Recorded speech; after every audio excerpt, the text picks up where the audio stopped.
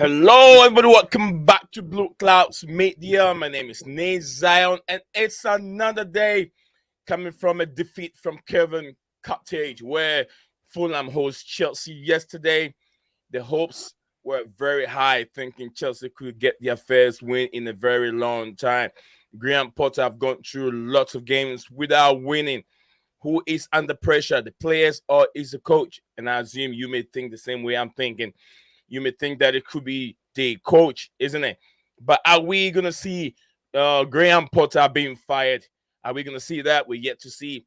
And today's content that we have for you, we're going to talk about the Pat Neville statement being made on Graham Potter. We're also going to delve into situation, the Moses Caicedo's transfer to Chelsea. And also, we will talk about the pressure on Graham Potter. Where is the problem? Who can identify where the problem is? Is it on the players? Is it on the coach? As we've seen, previous coach, which is Thomas Tuchel, suffered the same scenario where players can play everything but then could not put the ball in the back of the net. Are we going to see the end of player power in our football club, which is Chelsea? Is it today going to be the end of it? Is it the time for Todd Bowley, Clear Lake and then the consortium to really identify and get rid of player power in Chelsea Football Club. It is not a good thing. It is really, really killing our football club. And then, yes, I'm being joined by a special guest, a true and true Chelsea fan who used to be a season ticket holder. He knows in and out of Stamford Bridge very, very well. Staff, welcome to the stream, sir. Thanks, Nee. Thanks for having me on. Hopefully, we can clear a few things up. Definitely. We can clear some few things up. It is very, very important as we move on. For those that don't know, how to, rectify the problem that is going on at Chelsea Football Club at this moment. I have my senior brother here, senior citizen, who's, like I said, he'll tell us a little bit about himself before we move on to the content itself. He's not going to tell us his family. No. He's going to tell us why I'm telling you guys he's a true Chelsea supporter. So when he's talking, you guys will take more of what you take him very, very serious. So, Staff, tell us more about how you started watching Chelsea and how you got glued to Chelsea Football Club. Yeah, it's like a lot of people. We call ourselves the old school. Yeah. And a lot of Chelsea's long-term support all started similar ways, right? I was born in London, but I grew up in Middlesbrough, and there's quite a strong support group up in Teesside, as we call it, which is the county and that, which you would call a state. Yeah. 1970 FA Cup final, Chelsea v Leeds. It was the first cup final I watched on TV. I was 8 years old, and I saw them win on the TV. To be honest, I was born near Stamford Bridge, 10 minutes from Stamford Bridge, but that's only secondary thing. I like the blue shirts and that kind of stuff.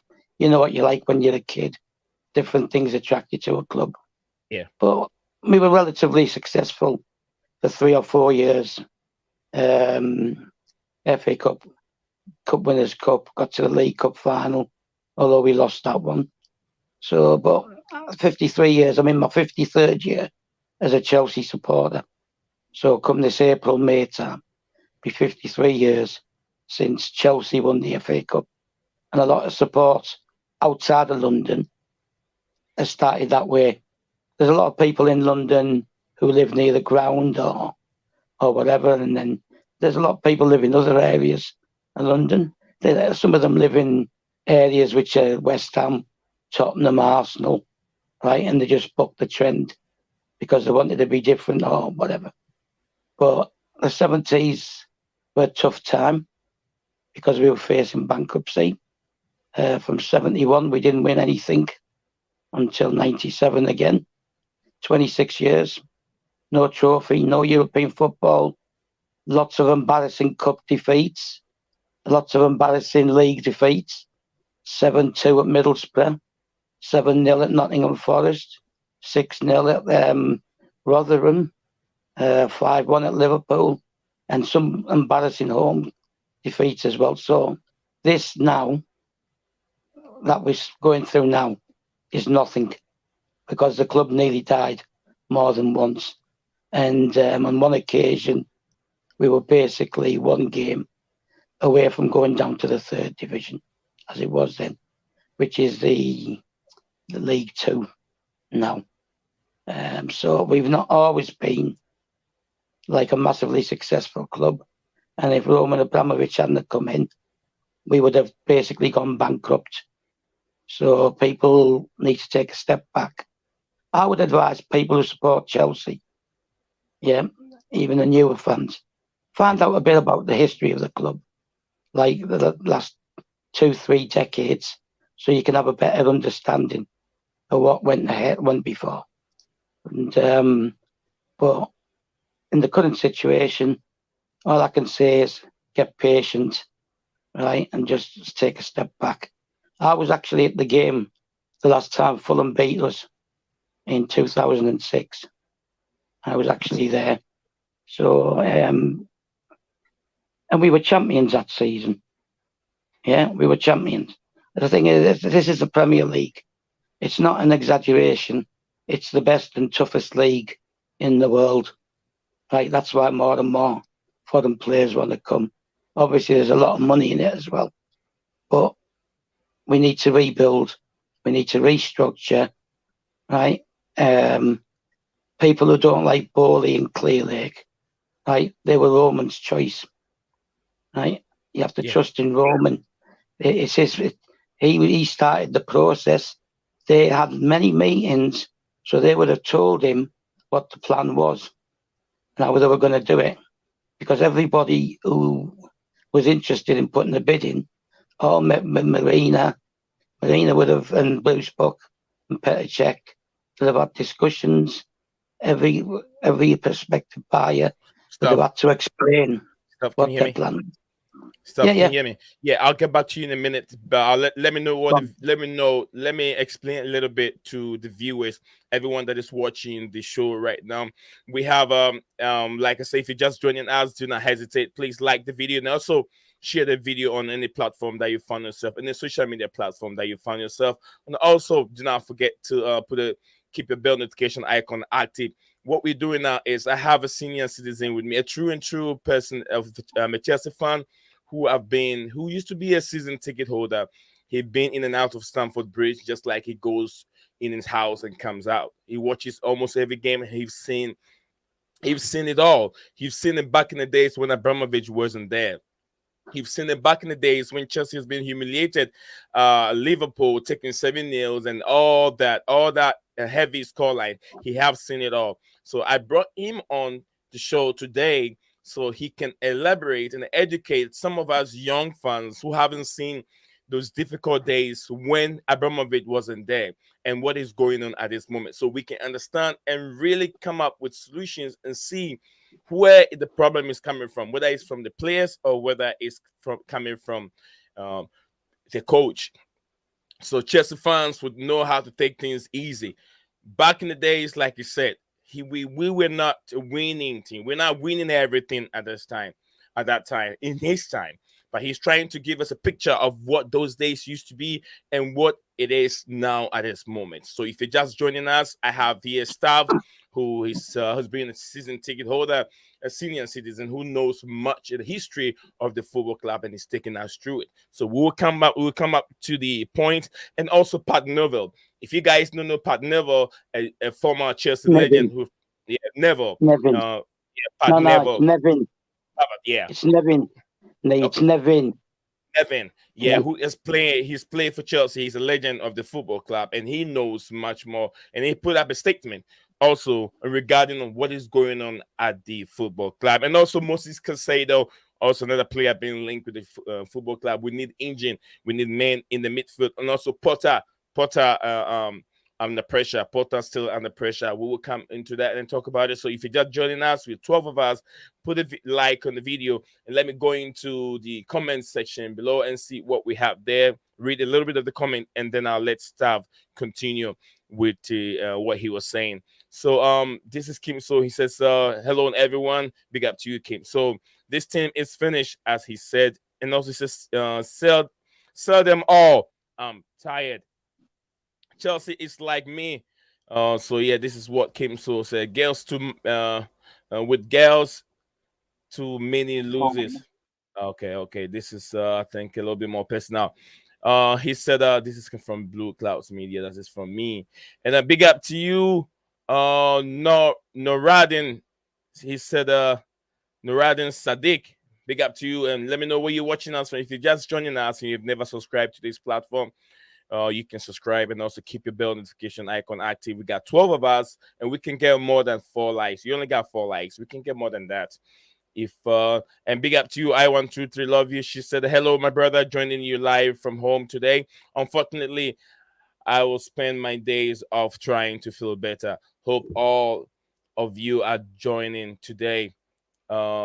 Are doing well. Don't forget to like the video. Thank you very much. I123, love you, and I wish you speedy recovery. I hope that you get better soon, and then we can have a. And also, thank you for all the time taking time, and then joining us and having a discussion. Stuff, please, you can go on. And also, I want to thank each and every one of you. We just made it to 2K. We just made it to over 2K. So thank each and every one of you that has supported the platform from day one till now. Thank you all. We've made it to 2K, but there's still more. We can do much more better. So share the video if you don't know much about Blue Clouds Media. Here we always cover sports news, English football. Most of it is top six, and then even the bottom three. So yeah, we do talk lots of sports news over here. So stuff, yeah, you can go ahead, sir. Yeah, I don't know how many people in the live chat have been listening since the start. Kim So I know. Yeah. I don't know the person, but I know the opinions and stuff like that. Right? We're not going to get relegated. Right? This is why we're making these signings now. Okay? We're not getting relegated, and we're not going to finish top four. But I never expected it to be top four from the beginning, because we're in a different level now. We're taking a different approach from Roman Abramovich. Right, he'll put pressure on managers. Okay. So it's a different approach. Bowley's been open about it. He's not the main shareholder, clearly, Carl. Right, he's a minor shareholder, but he's just the face of the consortium. Right, you've got to take into account that Marina, Granisker, and Petacek and Bruce Buck left, which meant Bowley had to jump in and take these director of football and stuff like that, which he's not up to. He's not up to, but somebody had to do it because everything happened so fast because of the sanctions, right? And then the minute they bought the club, everything's moving at a high pace, right? And there's been a lot of disorganisation, a lot of reorganisation. Yeah, the medical team, the boss of the medical team was fired and replaced. Lots of things. People have been brought in, scouts now, proper scouts. The head scout has been fired as well from before. So everything's changed, and you can't bring a new coach in, new staff. What you call it? The recruitment side. Yeah, right. All this, it's difficult to get it all like going in the right direction, all in one go, right? All I know is that in the 70s, then the 80s, at different periods of times, right? Then the 90s, and then in 2003, we were going to die. The club was dead. It was on its last legs, right? And it survived. And it survived because supporters stayed loyal, right? They stayed patient, right? They didn't have large expectations all the time. Okay, I mean, we got promoted 83, 84. Everyone thought we were going to start challenging for the league. And we did. The first season we did, but injuries curtailed it. And then we got relegated again late 80s, 87, 88. Went down, came up 88, 89. And we've been in the top division ever since. So things don't just go smoothly all the time. Right? I mean, Roman came in, bought the club, bought Ranieri lots of players, right? And we still didn't win anything the first season. We didn't win anything in the first season because you can't just do it all in one go. Right? We were never going to continue the way we were under Roman this year, right? Because there's too much restructuring to be done. So another thing, like, that's created problems because you said you want to get down to what the problems are, right? Yeah. Yeah, we're gonna go Okay. into where the Yeah. problems are. Yeah, stuff. Thank you very much for letting the viewers also know how things started and when Chelsea started winning things and how things have been till now. But I really appreciate you for taking the time to explain all that to the viewers. Now we're gonna move on from there, and then right now at this moment, there's lots of pressure on Graham Potter, and there's so many talking points in regards to the performance on the pitch. What's your opinion? To you, I'll start with Potter first before we go into the team and recruitment and all that kind of stuff. To you, where do you stand? Do you think Potter need to be fired, or do you think they still need to trust in Potter? Right. A lot of the criticisms unwarranted. It's not fair. Right. He can't be fired because he's been there 4 months. Okay. Yeah. Right. He came in after 4 or 5 weeks with Thomas Tuchel. Tuchel lost 3 of his 7 games. We were languishing bottom of our Champions League group, right? And I can honestly say, based on what I saw against Zagreb away, we were not going to get out of the group. We were not going to get out of the group because of the way we played in Zagreb and the situation.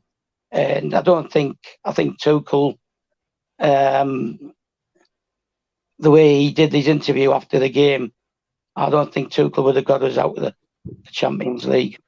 Right? Potter has, so that's a bonus. Okay, and I'm not saying we're going to win it, but he got us out the group stage, right? And that's earned us. That's earned us. I think it's 15 million, because when you get out of the group stage, you earn about 15 million once you go into the knockout stages. And each time you go through the knockout stages, you make money again. Yeah.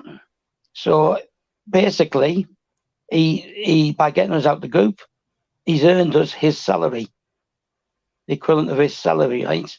So, and if you take those, if I may say this, if you take those Champions League games away from the, shall we say, the league matches and that, yeah, and keep them like as a one thing, right? They were compressed into 5 weeks less than normal. Normally you play into December with the group stage and you finish first week in November, right? So we were playing a lot of football. You're talking 3 matches every week. 3 matches every week, right? That's difficult as well, especially when you're coming in and you only know one player in that squad. In his case, Cucurella, right? And you have to learn about the players as well. Come October, right? Just as he's starting to get his feet under the table, get a bit of organisation, they're off for 2 weeks. Internationals, Nations League, the confederations, whatever, all the different federations, right? And these dates are set by FIFA, right? All the associations have to play their games when FIFA set the dates for International Week. So he's getting to know these players, and they're off for 2 weeks. They've disappeared. They come back, and we start again, playing 3 games a week, playing too many games. Players will get injured. And because of our style of play, where we play out from the back, and then you get the ball forward, and you've got the wing backs who run a lot, right, up and down the pitch. They're combative, right? They're the type of players who are going to pick up injuries because other teams want to stop them and they want to kick them. This is why Hazard struggled in Spain, because he was facing a different approach in Spain and he was getting injured too often, right? So it's pointless blaming. I've seen people blame Potter for the injuries. It's not like he walks out on the pitch and kicks somebody, right? It's the way they play, right? Pulisic, a lot of it's down to the way he runs as well, right? His running style. When he goes on international duty, he's getting kicked left, right, and centre. So then they come back. We get through the Champions League. Come November, everybody's off again because everyone went to play friendlies before the World Cup. Yeah. And that included people like Jorginho and all this lot who hadn't qualified, right, for the World Cup. But they're still going to play friendlies because they're playing friendlies against teams in the World Cup, right? And so they're away again. There's too much intermittent in, out all the time. He didn't have a full 4 months he's been at the club. 2 of those months have been spent with players away on international duty. Right. Then you throw the injuries in, and I'll just finish in a minute. Then you throw the injuries in as well, right? So by the time they've all gone to the World Cup, 12 players have gone to the World Cup. 8 players are injured. So he's left with 5 players of the first team squad to work with. That's why all the kids were brought in. And he knows more about some of the academy players than he does the first team players at the moment, because a lot of them were away. You can't, and injured players, they're rehabilitating, they're having medical treatment. Even when they come back to training, it's individual, separate training. They're not with the squad, right? Which is why when we played that friendly against Aston Villa in Qatar, Abu Dhabi, right? Yeah. He started with only 4 first team players, right? And the 5th one, like, it's Bettinelli. Bettinelli's never going to play unless Kepa gets injured now, right? And people have to stop, think. Don't look at the league table, right?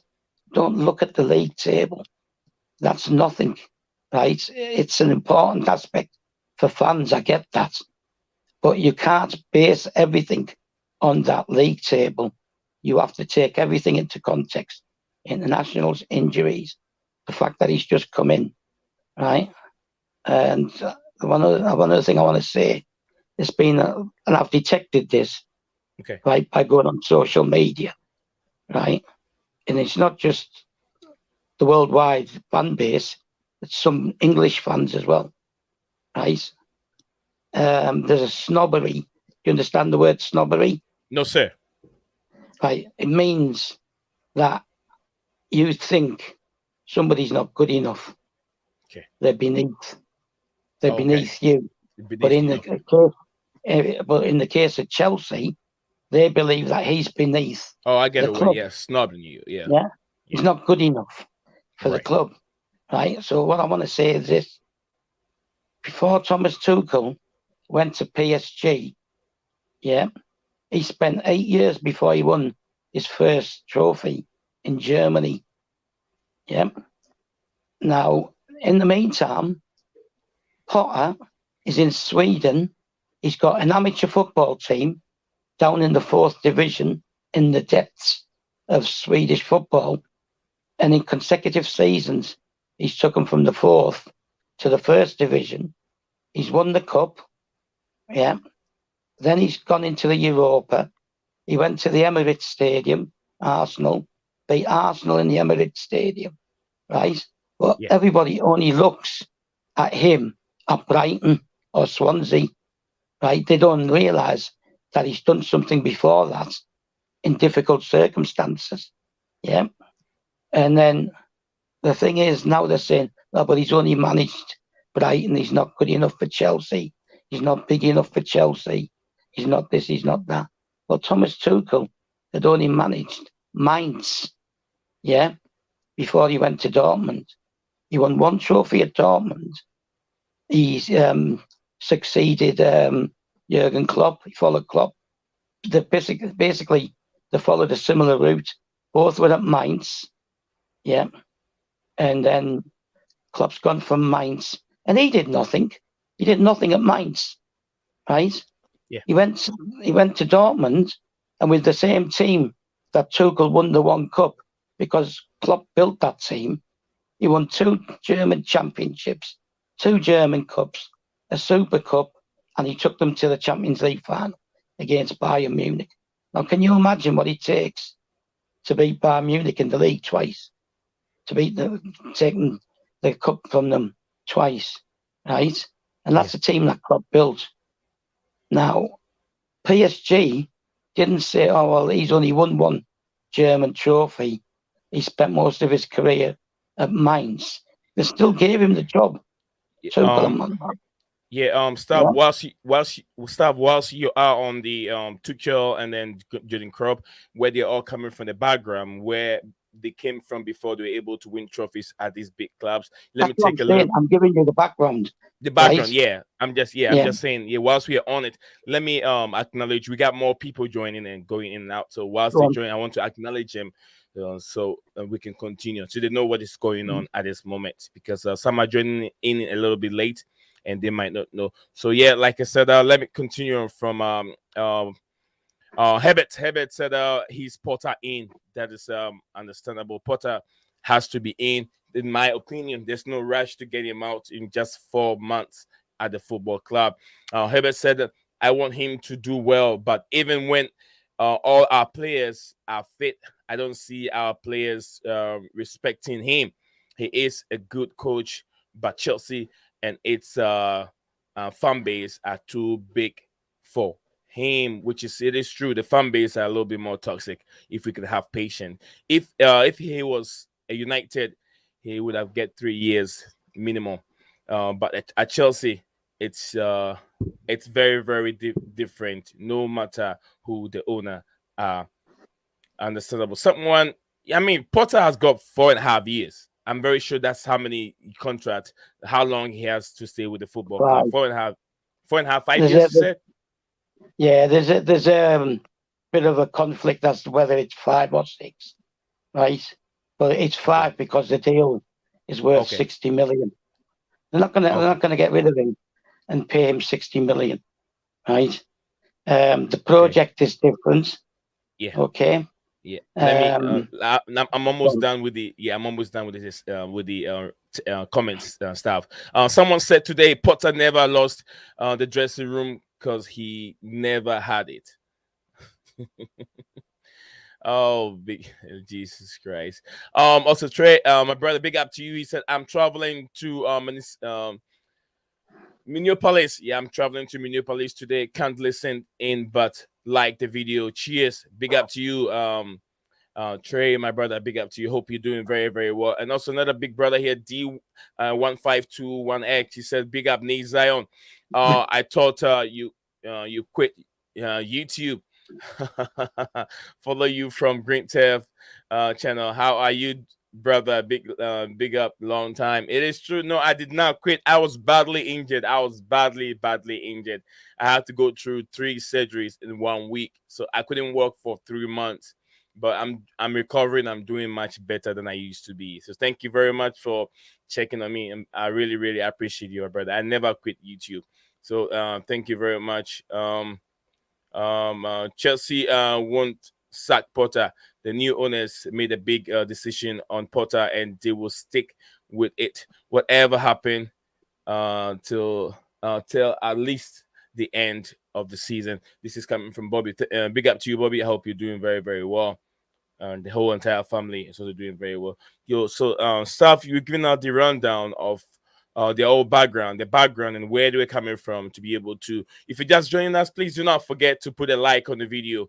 We've had 8 people watching at this moment, and also you can share the video. It helps the platform a lot, so we can keep growing. I want to thank each and everyone that have subscribed and being part of this channel.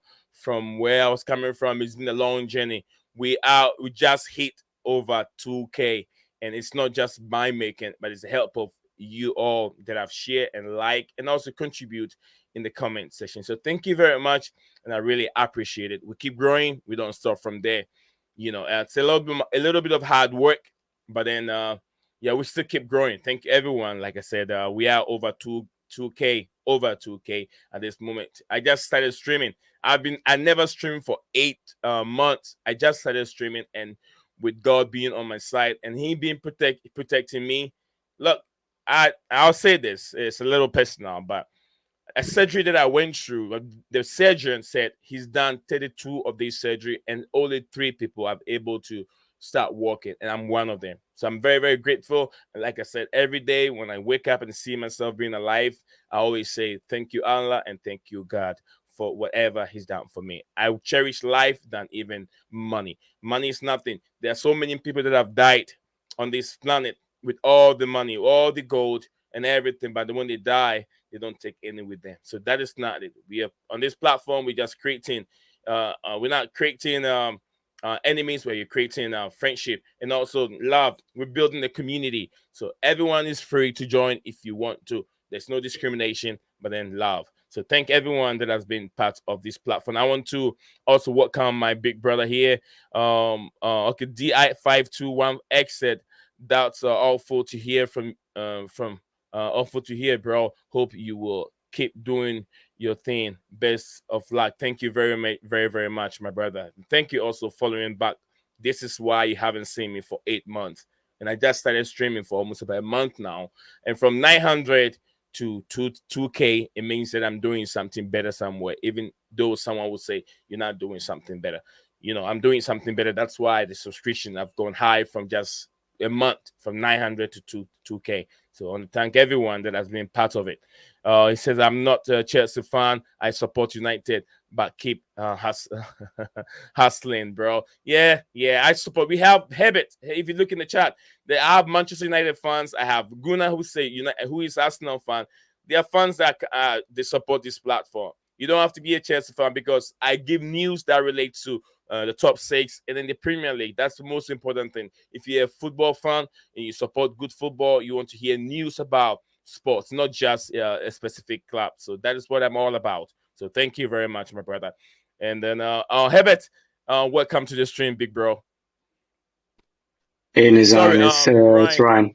Yeah, no, it's you. It's you. No problem. No problem. Yeah, welcome to the stream, Ryan. Big Ryan. Thank you very much, Nizan. Yeah, I have here with me Stav, who is a legend. I would say I call him a legend because he's true and true Chelsea. He's been an ex-season ticket holder. He knows inside out of Chelsea very, very well. He watched back in the 50s, 60s, 70s, if I should go with that way, all the way to that point. He was there. He knows how bad Chelsea has been, and before the reign of Roman Abramovich and when he took over. So we've gone through a series of back in the days and how things are going. And now we were talking about Klopp background, where he came from to be able to go to Dortmund and did whatever he did with Dortmund and moved to Liverpool. And then Tuchel also took over from Dortmund and how they all started. And also he gave us a little background of Graham Potter, where he started from Swedish team to Brighton to where he is at this moment. We're trying to elaborate and explain more things to Chelsea fans and those that are a little bit more upset about what is going on. He said, do not look at the league log, don't look at the table, but then concentrate on what is going on at this club at this moment. I'm sorry, guys. It don't used to happen. So yeah, like I said, he was taking us through some of the history and in the background of these people. So yeah, Stava, this is my co-host over here, and he's Ryan. He's a Liverpool fan. If I want to introduce him to you, so you can take over now, Stav. Yeah, I'll just clarify something. 70s, 80s, 90s. Don't go back as far as the 50s. I wasn't even born. The thing is, right, everybody, like I said earlier on, they've got this conception that he's not good enough, or he's not big enough, or he's not this. He's an ex-Premiership player, right? Played for Southampton and other clubs. He's an ex-Premiership player. He's highly rated within the English game, right? Pep Guardiola said that he's the second best coach in the Premiership, right? The Klopp has backed him, lots of people. But I'll just, right, you've got your Liverpool fan there, right? It took Klopp 4 years, 4 or 5, to win something at Liverpool. Yeah? Yeah, that's right. It took him 5 years. Yeah. It took Pep 2. Didn't win anything in his first season. He didn't even get. I don't even think, if my memory serves me right, I don't even think he made the top 4. Right, because you go into a new club, everything's been restructured. It was the same for him. That new money was going in, right, and stuff like that. New people were being brought in, right, to do things, jobs within the club, right. So he took 2, right. The people who go as far back as me, right, that have heard of a guy called Brian Clough, right. He coached at Hartlepool and then Brighton, right, then Derby. At Derby, he won the league, First Division, as it was then, which is now the Premiership, right, from Brighton. He went to Derby, won it. From Derby, right, he went to Nottingham Forest. Nottingham Forest won 2 European Cups, which is now the Champions League, right. They won 2 First Division titles, right. When they won the First Division title, they only got promoted the year before. They went straight from Division 2 to winning the Championship, right. Don't judge managers or coaches on what they did previously, right. Jose Mourinho, FC Liera, his local club that him and his dad played for, 2nd Division, got him promoted, right. Went to Benfica, lasted 3 months at Benfica because he fell out with the owners because the executives were staying in 5-star hotels and the players were staying in 3-star. And he said to the executives, "You're doing it the wrong way around. You should be staying in the 3-star." So he basically walked out, went to Porto, So, and he won the Portuguese Championship. This is going from FC Liera, Portuguese Championship, Europa League. Yeah, go on. Yeah, let's move on from that aspect a little bit. I know that a lot of fans will really know the outcome of Jose Mourinho and where he was coming from. Let's move our attention a little bit into yesterday's game. I know I'll get back to Ryan in a minute. Ryan, let's move to yesterday's game in a minute. In your opinion, where went wrong for Chelsea, and what do you think Chelsea should have done? First of all, different. Let's take about 3 minutes and then get that for us, and I'll get back to Ryan. Yeah, first of all, right, you can't ignore the position by Fulham. You can't underestimate them, right, and you can't undervalue them. They're now, I think, they're ahead of Liverpool, aren't they? Now, 6th, I think, right. They're there for a reason. They're there for a reason. Don't underestimate any Premiership team. Anyone can beat anyone, right? Now, the problem we have is the injuries, because he can't settle for a settled pattern. He can't get into a settled pattern. So he's going from game to game. He's losing players. We lost 3 in the last week, right? So he can never have a settled team. He can't go with a settled system, right? The first goal was a bit of a sucker punch, right? The first one. And then we equalised. And I thought we were doing okay. We had spells in the first half where we were doing okay. And then the second half started off, we were controlling the game. They were falling further back, Fulham, right? And then we lost Zakaria. We've got the red card, right? We've gone down to 10 men.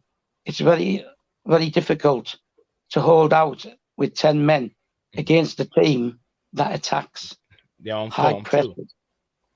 Yeah, on form. They're high pressing, right? They're overloading in the midfield and forward lines, right? And it's difficult to beat teams like that. Now, I thought we could beat them. I wasn't 100% certain before the start, because even though Mitrovic was missing, I knew they still had players who could hurt us, right? And because of the way they play. But I don't think we were as bad as people want to make out, right? I mean, people were raving about Felix. I don't know where you watched it. Would you be getting it on ESPN? Is it ESPN in America?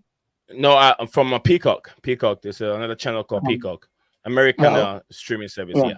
Well, on BT, which is the British one, normally we're on Sky. Normally, if you're on midweek, it's on Sky. But we were on BT last night. And Joe Cole and Gary Cahill were on. Chelsea fans know who both of them are, right? And they thought we played well until we lost the two men, right? And that destabilises what you're trying to do. And we've had a lot of it. We've had a lot of this in games this season where things are okay, and then it's just suddenly something happens. You're losing players on the pitch, right? And it destabilises you, and it spoils your plans or the system that you've set up for, right? And that's what went wrong. The two players leaving, right, and Zakaria going off meant that Jorginho came on, right? And Jorginho, he's too slow. He can't tackle, can't run. He doesn't have a recovery. If he gets past, he just walks back, right? He's not resistant to the high press. He's not resistant to the overload. And if once teams get in behind you, and you've only got three defenders there, they get stretched and pulled apart. Like the second goal, you have the two defenders next to each other. Now Kepa made a mistake, Well, if you watch Kepa, whenever we've played with four at the back, he's more confident, because he has the defence, like they're set out in front of him. He knows where everybody is, and he talks to them. Like when he first came, he didn't talk a lot, but now he's talking a lot more. But three defenders at the back against high pressing teams and teams that overload, right? Yeah, you get a lot of spaces and you get caught out. So I didn't want to play with three at the back. A lot of people are saying play three, but if you're going to play three, you've got to have a good defensive mid, and we don't have one. Kante is not a defensive mid, right? Playing three at the back also makes you more defending instead of attacking. I'm not sure if that is right. It makes you more defend. When you're in possession, because you're playing it across the back and you're trying to pull out the opposing team to bring them up the pitch, right? But when we had Mendy in goal, because he was so poor with his feet, we were giving goals away. I'm not criticising him. Either you're good with your feet or you're not, right? And I mean, if they deserve criticism, you can criticize them because that's why they are there. If you're a professional, you can take criticism, then there's no way you can move forward. From his last game before he went away to the African Cup of Nations was against West Ham, when we lost 3-2, and then he went away. He was beaten from outside the box, right? Yeah, Steph, can you sum that up so I can let Ryan come in? Yeah, but he made the mistakes at the back, right? But we were playing three at the back, and that allowed, if you overload, you got three defenders, but four people attacking you, and they're going into the spaces. And once they've pulled one defender out, there's a gaping gap down the middle, and the person, if you're going down, they're going down and attacking your left. The person on the right has to come in and push into the other centre half, middle centre half, and then you're getting gaps at the back. A prime example, our goal at West Ham, where Ziyech crossed the ball from the left, right across the pitch, and Mason Mount volleyed it from just the edge of the box.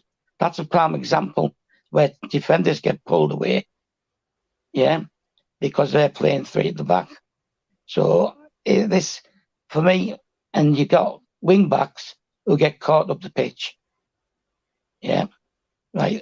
We've got full backs. They're full backs. They're not wing backs. right? And they get caught up the pitch.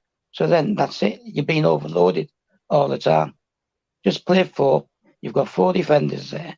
When you've got possession, one of the full-backs can go up the pitch, and then you move the 3 across, and the DM covers as well. Okay. Yeah, like Makaleli used to do. Did you see Makaleli? Yeah, I saw Makaleli play. He always read the game, and if someone that went on the attack from the back 4, he dropped in and covered. Yeah, he was protecting that area. But we don't do that with wing backs. Like, bring your Liverpool fan in. Okay. So, Mr. Ryan, what was your analysis of the game yesterday? It didn't go well for Chelsea. I was disastrous performance. I was listening to a lot of what was just being said there, and some very, very good points. From a kind of neutral perspective, I thought Chelsea were decent in the first half. Not spectacular, but definitely with Joao Felix, they looked more fluid in attack. I thought from a kind of technical point of view, he was the best player on the pitch before he got red carded, and he looked streets ahead of every other Chelsea player technically, which kind of is an interesting fact in itself, really. The guy's only been with Chelsea a matter of days, straight away thrown into the first team, starts, and then it's clear from everyone watching. First 5-10 minutes, his touch, his movement, everything, it looks as a level above every other Chelsea player. So that's kind of food for thought, I would say, for Graham Potter and the fans, kind of where the squad is from a technical point of view. I thought Joao Felix also brought out better performances than other players, especially Kai Havertz, who's been dreadful this whole season. And clearly for me, watching as a neutral, the number 9 position, centre forward, that's not his best position, but even he looked had a little bit more bounce in his step, and he was causing problems in attack. But just a game that sums up your season, really. Just a few positives, but again, individual errors, man. We think back to the Willian goal. Yeah. I think it was it Azpilicueta who was marking him? Yeah. Might have been. Well, one of the defenders or fullbacks was marking him. With that deflection that went in there, yeah. Yeah, and Willian used to play for Chelsea. The defenders, they should know him. They should know his movements. I know as a Liverpool fan, I haven't paid too much attention to Fulham this season, but I know what he does. He cuts inside and then he tries to always shoot. Dummy defender, and then he shoots. Yeah. So Chelsea defenders should have known what was coming, and yet they still let it happen, and he scored. And then, second half, great start. Koulibaly, who I thought overall had a poor game, but he got you back into it. But then, kind of huffing and puffing, and the Joao Felix red card is just him being overeager, I guess.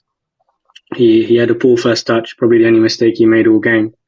Tries to rectify it, and he goes in just with studs, and it's a clear red card. It's a poor mistake, and we all know the repercussions now. He's going to miss the football for the rest of the month. Yeah. And even the what was the guy who scored the winner? Vinicius, is it? The lad who'd been on loan at Tottenham before? Yeah. Carlos Vinicius? Yeah. Chalobah just in no man's land with that cross, and then Kepa, I haven't a clue what he's doing. He's trying to get it and then he changes his mind. It's just sums up your whole season. I would say if I was a Chelsea fan, which I'm not, I would advise just get your 40 points right off this season and move on to the next season. But in terms of Potter, what you guys were discussing before very quickly, I definitely think he deserves time to turn the situation around. Right. He's been very unlucky with the situation with the injuries. Sorry, I've forgotten the name of the other caller. Stav is here. Stuff, yeah. Yeah, Stav. He Yeah. mentioned a good point about Potter can't pick like a consistent 11, and it's very unsettled right now because of the injuries. And if you can't pick a consistent team, then you can't build momentum, confidence. So that's definitely a factor mitigating factor you have to accept. Besides that, I think Potter has struggled. Like he's not made good substitutions. His starting 11s with what he has. He hasn't always picked the right team. But the fan base need to remember he's not just like a new manager coming in. He's a new manager coming into a club that's overseeing a transition, like a new rebuild phase, basically with new ownership and new recruitment, new scouts, new corporate governance. It's a massive project happening behind the scenes, and there's just no strong foundation at Chelsea. You can tell that because I'll give you an example. You look at the fact that Potter left Brighton, and this new Italian manager came in, De Zerbi, and he's actually kind of kept Brighton at the same kind of level. They're 8th in the Premier League so far this season. They're doing well. And the reason that is because Potter left strong foundations when he left. Okay. So new managers come in and he's managed to keep things kind of at the same level. With Chelsea, their strong foundations are not there. So it's not a surprise for me to see that Potter's struggling. But right, if I should ask you the same, like you said, the foundation, Potter left a very good foundation at Brighton. Why didn't he implement? Is it finding it difficult to have that kind of a foundation that he built at Brighton? The same thing at Chelsea at this moment. Is it not ruthless enough? I think it's going to take time. He needs time to build those foundations, those building blocks again. There's too much deadwood in your squad, too many old players and bad recruitment. Yeah, he needs time. Yeah, which I really agree with you. Chalobah, he's done so many mistakes with those back headers. One in the Champions League that resulted into a goal, and he's done it a couple times, and he's been lucky. And all the time he keep doing it. Chalobah is a little bit more inexperienced, and I know experience you can buy it. It comes with time. Just like I tweeted yesterday on William, he scored, and I said experience you can buy it. It comes with time.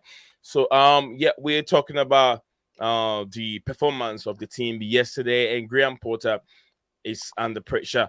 Stav, who is here with us, has given us his analysis and then summarized the whole problem and how the team were playing very well until we lost Joao Felix in that stage with that horrific bad tackle from him. So yes, that destroyed our own style. I mean, our chemistry and how we're trying to play.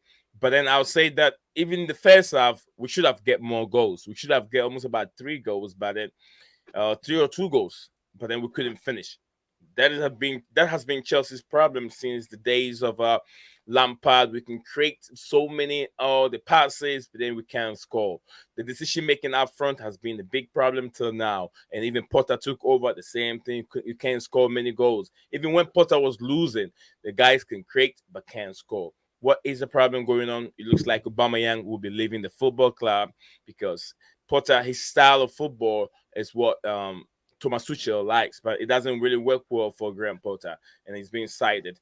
You know, as of now, it is also going on. Matt Lord tweeted something earlier on. I'll share with you guys that are watching how Todd Bowley and Clearlake are trying to get rid of player power at the football club. We'll get into that aspect also.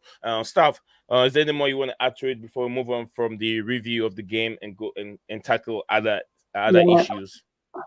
Yeah, it's like sorry, what's his name again? Ryan. He's Ryan. Yeah, it's like Ryan said, right? Felix was bringing a bit more out of other players as well. Yeah. The issue, one of our issues, right? I'll go back to Man City last week, right? To explain one of the issues. Yeah. Hakim Ziyech put 3 quality balls into that 6-yard box, right, against Man City away last week, not Sunday. And one was a free kick. The others were like he combined with another player, got the cross in, right? And it's gone in the 6-yard box, right in front of the goal, between the keeper and the defence, right? And of the 3, only 1 had anybody near it because they don't get in the box, right? It's like how can I put it? It's like they're programmed, right, to hold back. Yeah, you've heard the story, haven't you, by Pulisic regarding when he scored against Real Madrid. I'm sure you've heard the story, right? He was running, and Tuchel was saying, "Hold, hold, hold," right? And he ignored him, and he went and scored. These players need to have a bit more freedom, right? They need to be able to express themselves. Now, if you listened to interviews with Hutchinson, Chukwuemeka, right? Potter's told him to do that. He said to them, "You go and express yourself. Do what you want to do." Right? And Hutchinson. Yeah, right. But the thing is, right, at this moment in time, he hasn't got the players to build the defence and the midfield, right, to allow that to happen. Right? Yeah. Now, from what I understand, once we lost Felix, other people sort of went down a bit as well because his movements, his quick touches and stuff like that was bringing other players in, right? Even Mount looked better as well, right? And he went off. And then any solidity we had in midfield went off with Zakaria because that's the first game I've seen Kovacic play, right? Yeah. And that meant that Zakaria was alone. It seems that whenever we play 2 defensive mids, one's a letdown and the other one has to work twice as hard to cover for that one. And once Zakaria went off, because he's mobile, he's strong, he's quick, he's sharp, he's got an eye for the pass, right? He can tackle and everything. Although he fouls rather a lot, right? But he's a lot more fluid when he plays, right? Yeah, but the minute he went off, he progressed more with the ball moving forward. We lost our forwardness and our fluidity once he went off, him and Felix. Now I'm not worried. We're not going to. I said from day one on another channel, we were asked where did we think we were going to finish, right? And I said 6th from the beginning. Before one game into the season, I said 6th. Everyone else is going 2, 2nd, 3rd, 4th. I said 6th, right? Because the current top 4, right? Mm-hmm. Which is what Newcastle, Man United, Man United, Man City, and then Arsenal. Because I've said before, Tottenham also in there. Yeah, I said before that I follow Ajax, yeah, right. So I knew what Ten Hag was going to bring to the table, right, and I knew that because they had a more settled side, and I knew he was going to kick him into shape, right. But because of what Clearlake and Bowley want, we were going to be more rebuilding and stuff like that. Like Ryan said, right? It's a big, massive job. You can't do it in one season. Yeah. So now you've got Chilwell and you've got Reece James are back in training, but light individual training. They're running, right? Kante started running, but he's not due back till February. But you get those 2 in, that allows you to play a 4. Yeah, if you want to play a 4, right? But you still have attacking strength because both can get forward. But the thing is with them 2, they do it in a controlled fashion. Yeah. Yeah. Right. When you had Alonso there, he would go forward but stroll back. And that's why we were getting caught out. But Chilwell, it's more a controlled fashion. And it's the same thing with Cucurella. He goes up, but he's terrible coming back. Yeah, he can defend. Yeah. He can't defend, can he? No. He doesn't want it. He doesn't like defending, right? So that's a factor. Then you've got the midfield, which is not as settled as he should be. You put Chilwell, Reece James, Kante back into that team, and it suddenly becomes a different team. Especially if you put Kante next to Zakaria, but it looks like he could be out for a while as well. Right? Apparently, it's something to do with his quad, Zakaria. Right? So you put those back in, and suddenly the team's looking different. And I really, really don't want to see Koulibaly too often. Right? I want to see Badishile get his debut soon. Yeah, since if you look at Badishile and then Koulibaly, Badishile is natural left-footed centre back. Koulibaly is right-footed centre back, and he's playing in that position.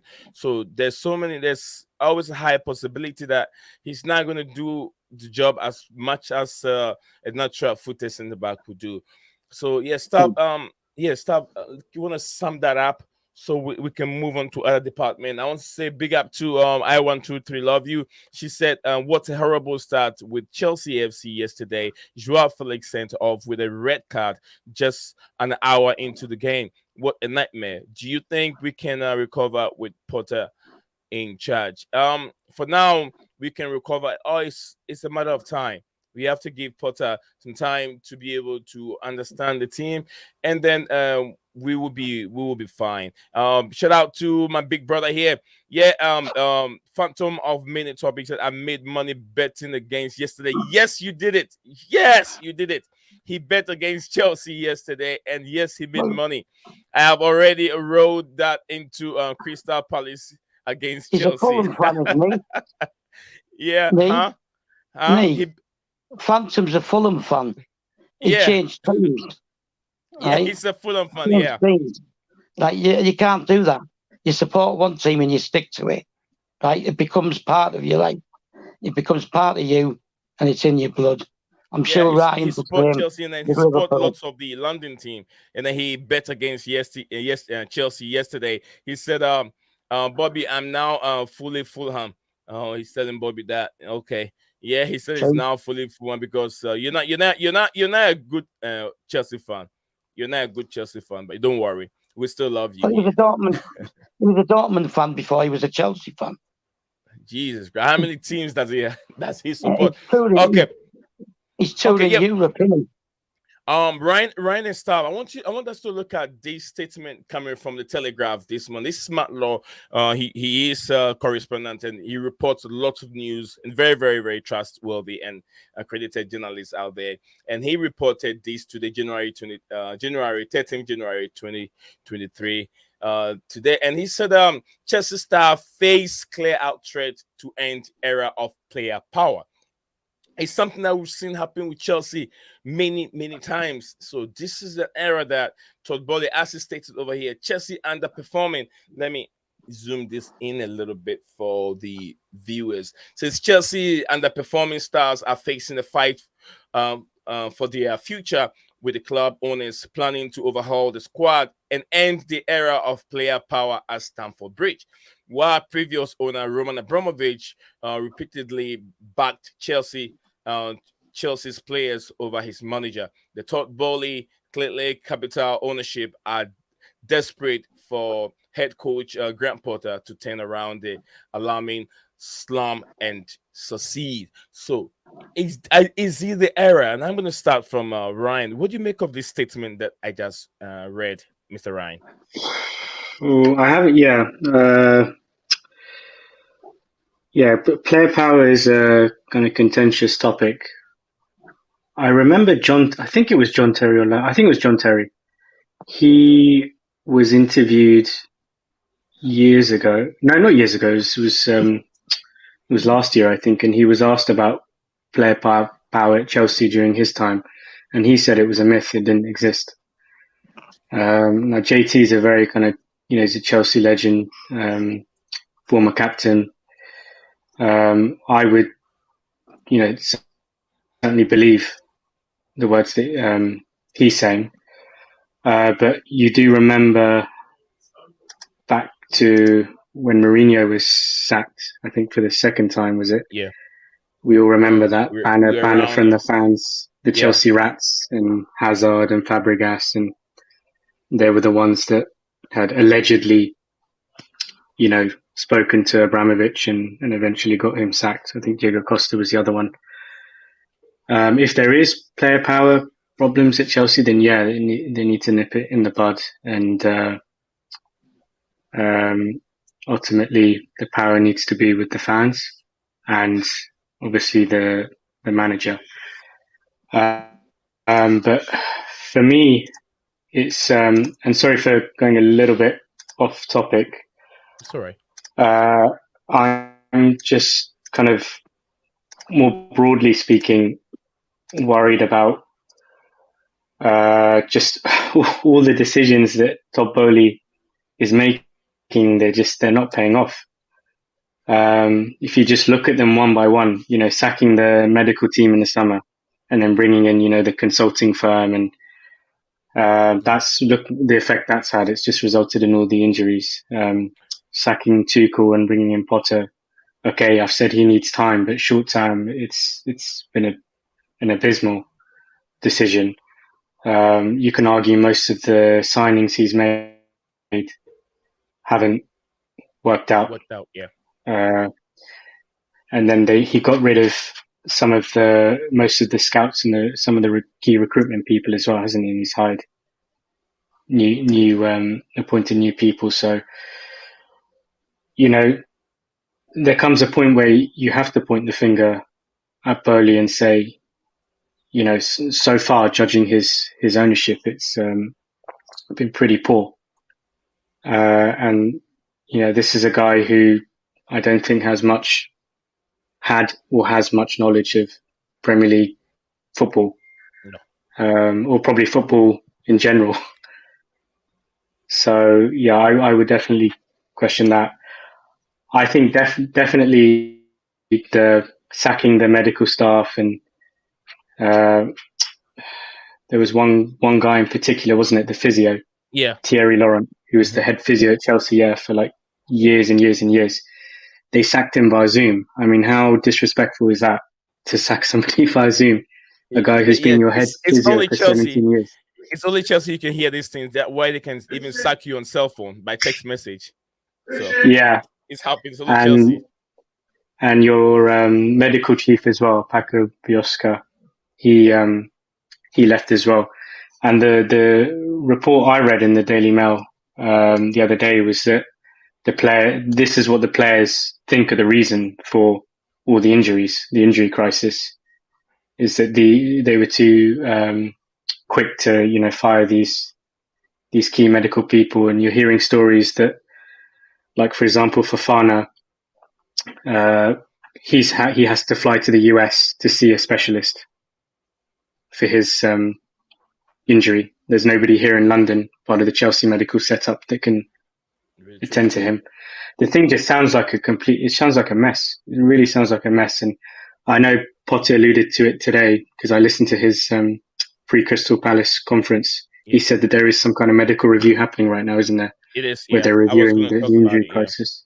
Okay, so we can talk about that later. So I'm just sorry to kind of pivot to another topic, but that to me is no. If you've already highlighted, you can go ahead. You good? You can go ahead. Yeah, I mean, that's kind of everything I wanted to say on that. And if there is time towards the end, I don't think this is on your list of points to discuss, but I'd be keen to hear both your views on this, especially, is it Sava? Stav, yeah, Stav, because he's a long season ticket holder. Yeah. I saw a report about Chelsea, Bowley stepping up the renovation for the new stadium, and you might have to move to Wembley for 5 years. Yeah. Again, I don't know if that's speculation or that's looks like it could draw close and actually happen, but be keen to hear your thoughts on that. Okay, thank you. I just wrote that down so I don't forget it before we end the stream. Stop. Yeah, go ahead. Can I address the player power and things like this? Yes, sir. Yeah? Yes, sir. All right. For a long time, Chelsea fans on social media were demanding that the recruitment team changes, that they weren't convinced by them, and it's changed, right? But the thing is, it's changed. They've brought the guy from Leipzig in, yeah. Yeah, The guy Christopher Vivell. Yeah, the guy who discovered Werner, discovered Nkunku, all these And kind of players. Helen Haaland. Yeah, right. So the thing is, yeah, because I think he was working with the other Red Bull team in Austria, Salzburg, because they were owned by the same guy, right? But they've had to change that now. So Red Bull are just Salzburg's main sponsor. They don't have any shares in the club. Right? So the guy who's been brought in is much respected. Yeah. And it's the same as Potter. He's much respected within the game. Right? We as fans have to just accept that these guys are much respected. We have to give them the time to do their work. Some of the recruitment team have come from Brighton, right? And these guys who've come in from Brighton are the ones who took people like Lamptey, Colwill, and even Billy Gilmore, right, to Brighton, right? And they brought a guy in from Southampton, right, who's the guy who took Livramento and a couple of the other lads to Southampton. And Southampton have got a reputation for a really good academy, right? And we brought players in from Southampton and Brighton, like Beach, the goalkeeper, and a few others. So it's correct that they've brought them in. Right now, one of the things that Ryan said regarding Bowley, I said earlier on, he's just the face. Okay, he still has to run everything through Clear Lake and all the others, because there's Clear Lake, there's Bowley, and there's that Weiss, Swiss guy. Right? He doesn't make these decisions by himself. It's all collective, right? And they all have to talk about it. Okay. Ryan said something about making the big mistake, sacking Tuchel, okay, and then employing Potter, which gives me the impression that Ryan thinks that Tuchel is better than Potter and stuff like that, right? But I already addressed all that earlier on with where all these coaches have come from, right, and what their previous thing was. Carlo Ancelotti, most successful manager in the Champions League, right? Mourinho, I've already touched on. Allegri, right, won all those titles with Juventus, Serie A. They all started at smaller clubs. None of them won anything. It's only when they go to a big club that they start winning things. Maurizio Sarri was a coach for 20 years without getting even near a trophy. Comes to Chelsea and he wins a Europa. Right? But he wasn't sacked, right? So the thing is that with a lot of football, people make an assumption that some guy's been sacked or whatever.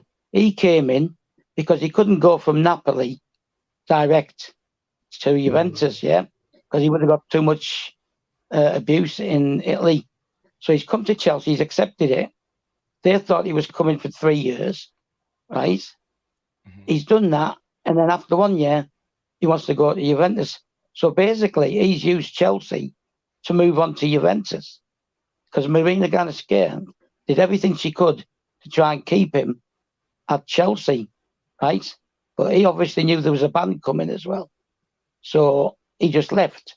So some people, managers, whatever, coaches, they'll use a club to move from one to the other and to go on to bigger jobs or whatever, right? Okay. Like Jose, he went into Milan because Chelsea fired him. He left into Milan to go to Real Madrid because Real Madrid is seen as the pinnacle. It's the biggest club in the world. Most Champions League wins, most finals. So you get managers moving around like that. But I want to address the thing that Ryan said, that he made a mistake sacking Tuchel. Right, I've been hearing 2 or 3 different things which I can't repeat on here. I would never repeat it, right, on social media. Yeah, there's a lot more to it than just football, right? That he got sacked, right? But the thing is, did I send you that thing? I think I did. Yeah, right, you did. the graphic. Yeah, and people need to. I'll say this, right? In his last 18 games, Thomas Tuchel had a 44% success rate, right? And he only had Chilwell missing for a long period. Yeah, he had Reece James was missing, but he came back. He had Kante missing, but he came back, right? These were not long-term, apart from Chilwell, right? Now, Potter, or Harry Potter, as people like to call him, right? His first 18 games, we're talking about Premier League games here. His first 18 Premier League games, he has a success rate of 44%. Exactly the same. Yeah. And he's coming to a club. He's had no pre-season. He made no signings, right? Within the first 3-4 weeks, he's come in. They've gone off on international duty. Then you've got the compressed Champions League that I told you about, right? Yeah. And he still managed to get 44%, equal to Tuchel, right? With all the injuries as well, and all these things, the restructuring, everything, right? Tuchel was asked. Remember, they were in discussions for an extension and a pay rise, yeah, with Tuchel before he was sacked, right? Yeah. But he didn't want to work with the academy. Neil Bath was the academy guy, right? He's the one who's identified Chukwuemeka, Caicedo, Hutchinson, all these young lads, right? Hutchinson was at Chelsea, and he left Chelsea to go to Arsenal, right? So we already knew about him, okay?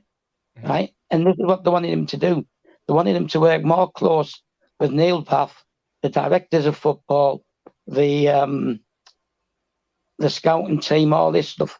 They wanted it to be like a close-knit thing, to like set up the club for the long term and have every team playing the same. Yeah. But he wasn't interested. He wanted to turn up, do training on a morning or whenever they train, do the games, and that was it. He didn't want the deeper involvement. Now, the only thing I can say is, right, on top of that, is when somebody's paying you £12 million a year, right? Because if they've offered Potter it, they must have offered Tuchel it as well, right? When someone's paying you £12 million a year, they're your boss. They decide the direction they want you to take the club in. Yeah? Yeah. Right?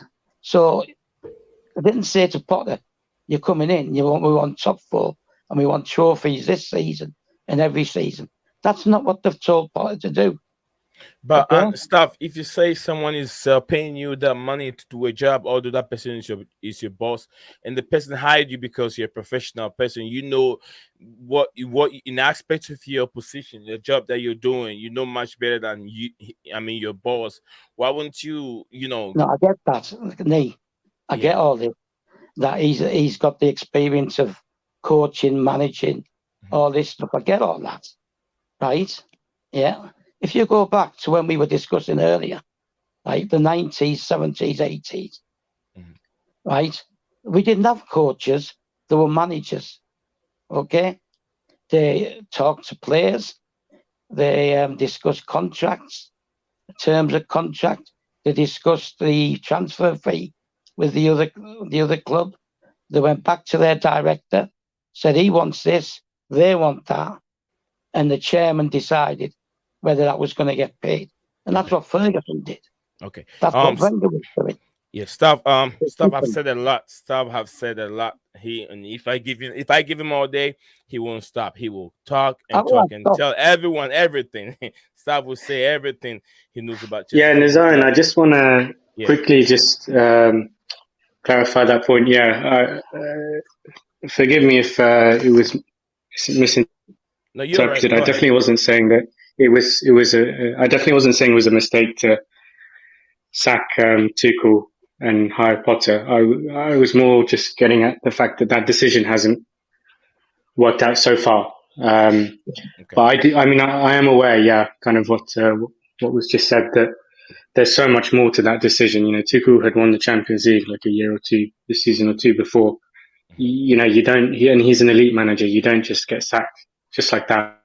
Yeah. Even if the club's not performing well in the Champions League, it was more to do with, like what was just said, that, you know, him and Bowley had a meeting and he explained the direction and the vision, and just Tuchel didn't agree with certain things. And it was kind of sad the way their relationship deteriorated, and towards the end, you know, he wasn't even talking to the board and Bowley, and the writing was unfortunately on the wall. Yeah, because I'll say.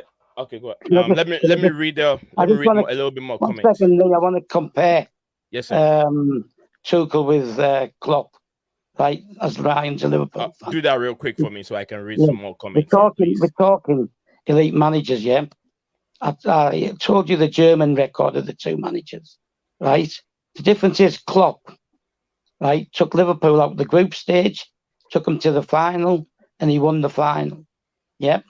Lampard took us out of the group stage, okay, and Tuchel took us to the final, but he did two consecutive finals. He lost one with PSG and he won the one with us.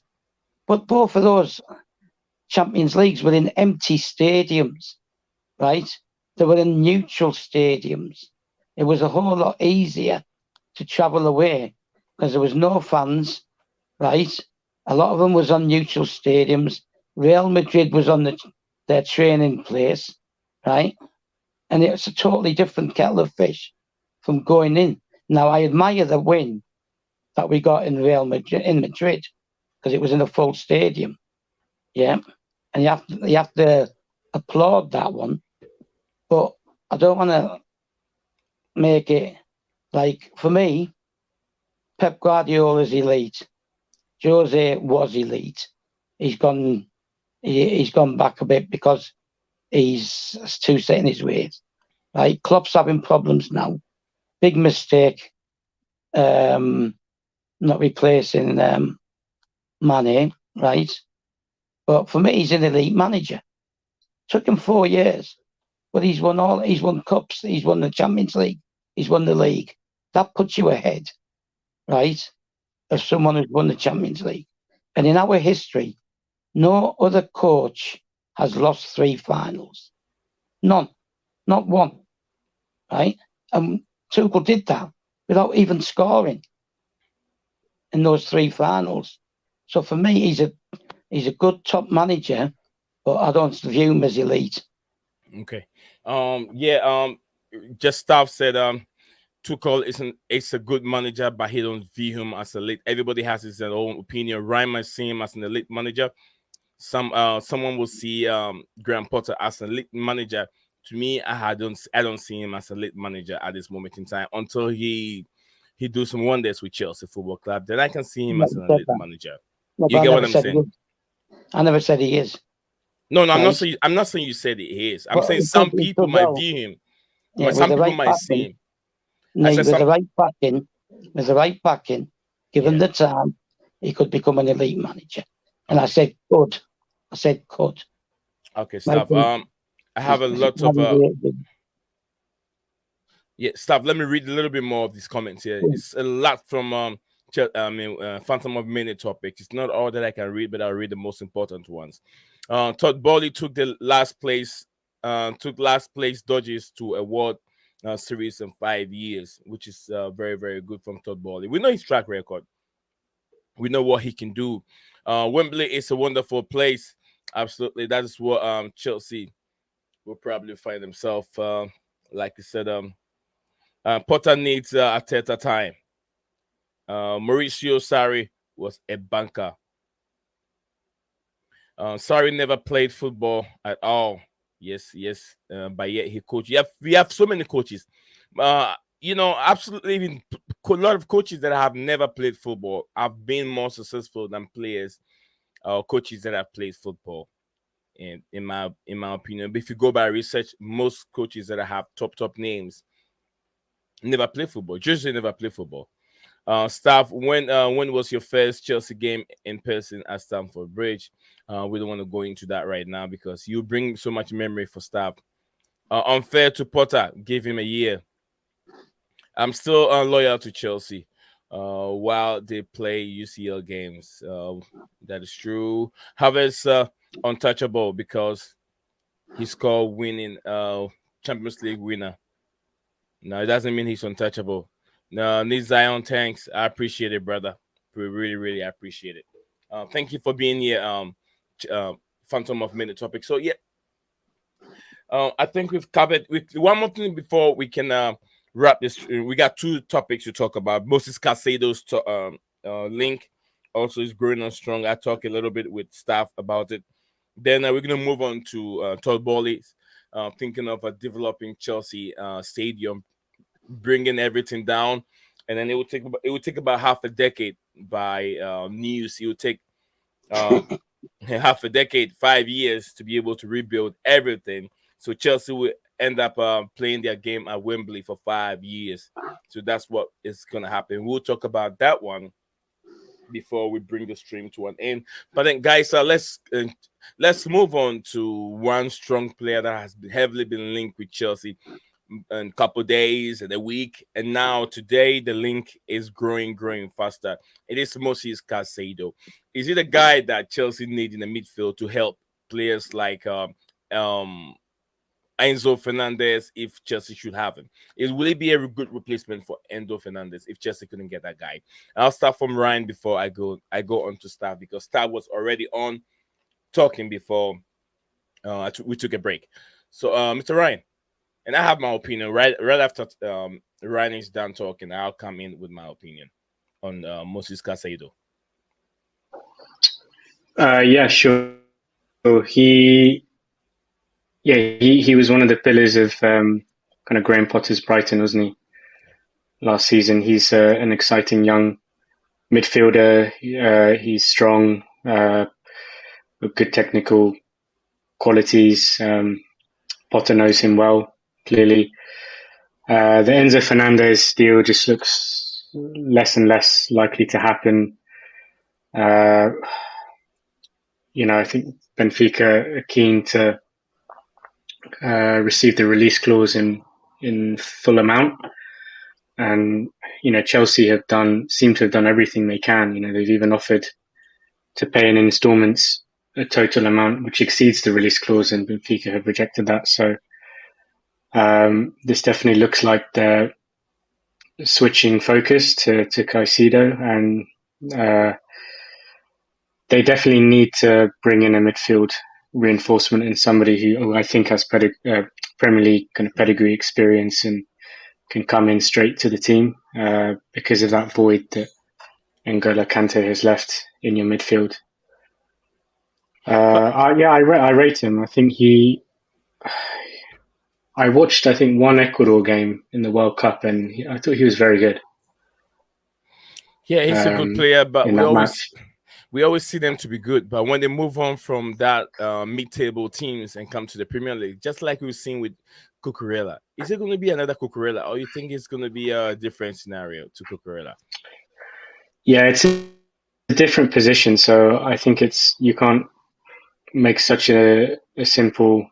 I understand the play different position, but what I'm trying to refer to is the way we see them being so good playing with, because I don't really judge. I understand. Players, I don't rate players during the World Cup. Go ahead, Ryan. No, go on. Yeah, I don't really rate players based on the World Cup, because the World Cup is one-off game, and we have, let's say you can find a team like Argentina. I've said it many times, with top of 11 world-class players, playing a team like maybe Switzerland or maybe Ghana, who has maybe 3 world-class players, or maybe Switzerland with just 3 world-class players that include Zakaria, Xhaka from Arsenal, and also Akanji in the defense. So majority of the players are just average players, and you have this Argentina squad or Brazil squad that are full of, or maybe France squad that are full of world-class, or maybe an English squad playing against them. So my opinion is, looking at these players playing at the mid-table team, bringing them to that high level, a tier top team like Chelsea, and they can't perform very well, just like we've seen happening with Cucurella. Are we going to see the same thing again?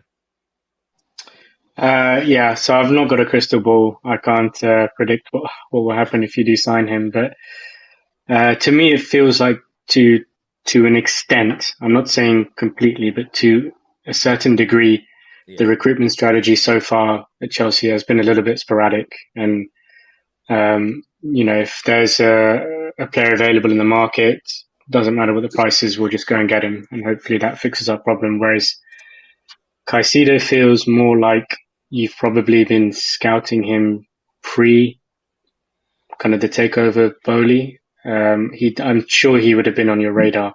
And even he's worked under Potter before, so Potter knows much about him. Exactly. Potter knows him. He knows how to get the best out of him. And yeah, he probably has been scouted already, but it's been accelerated. Obviously now Potter's the manager, and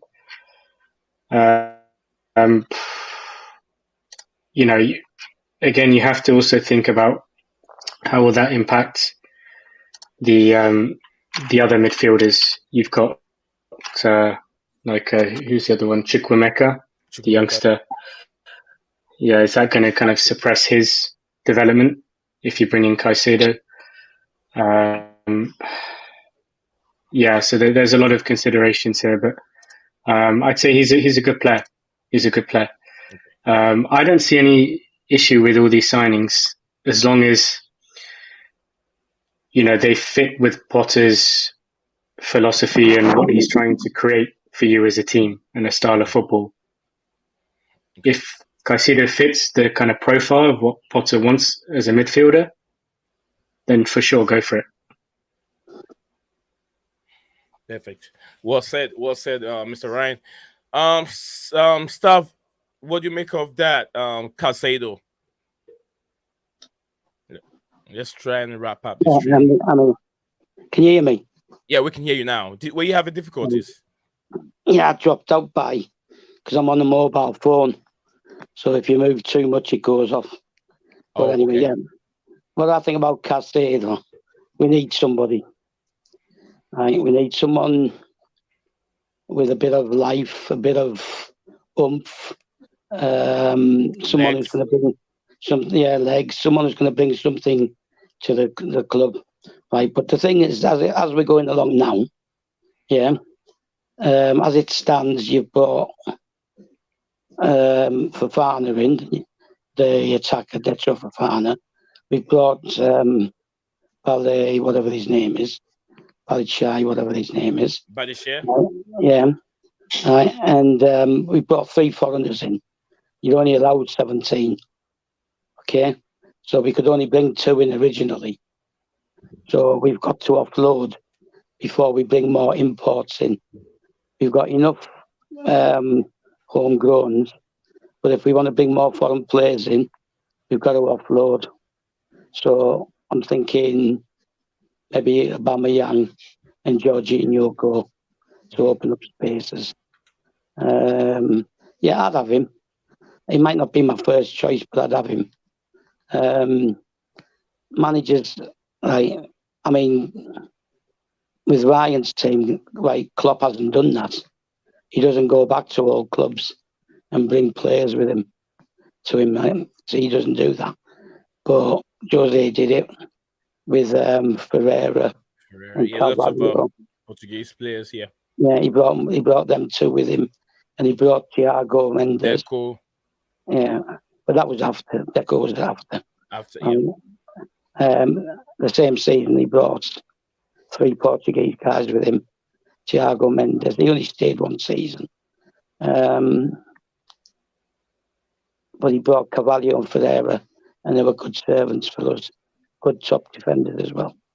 So some managers will do it, others won't. Klopp hasn't done it. I don't think Pep's really done it either. I don't think Pep's done it.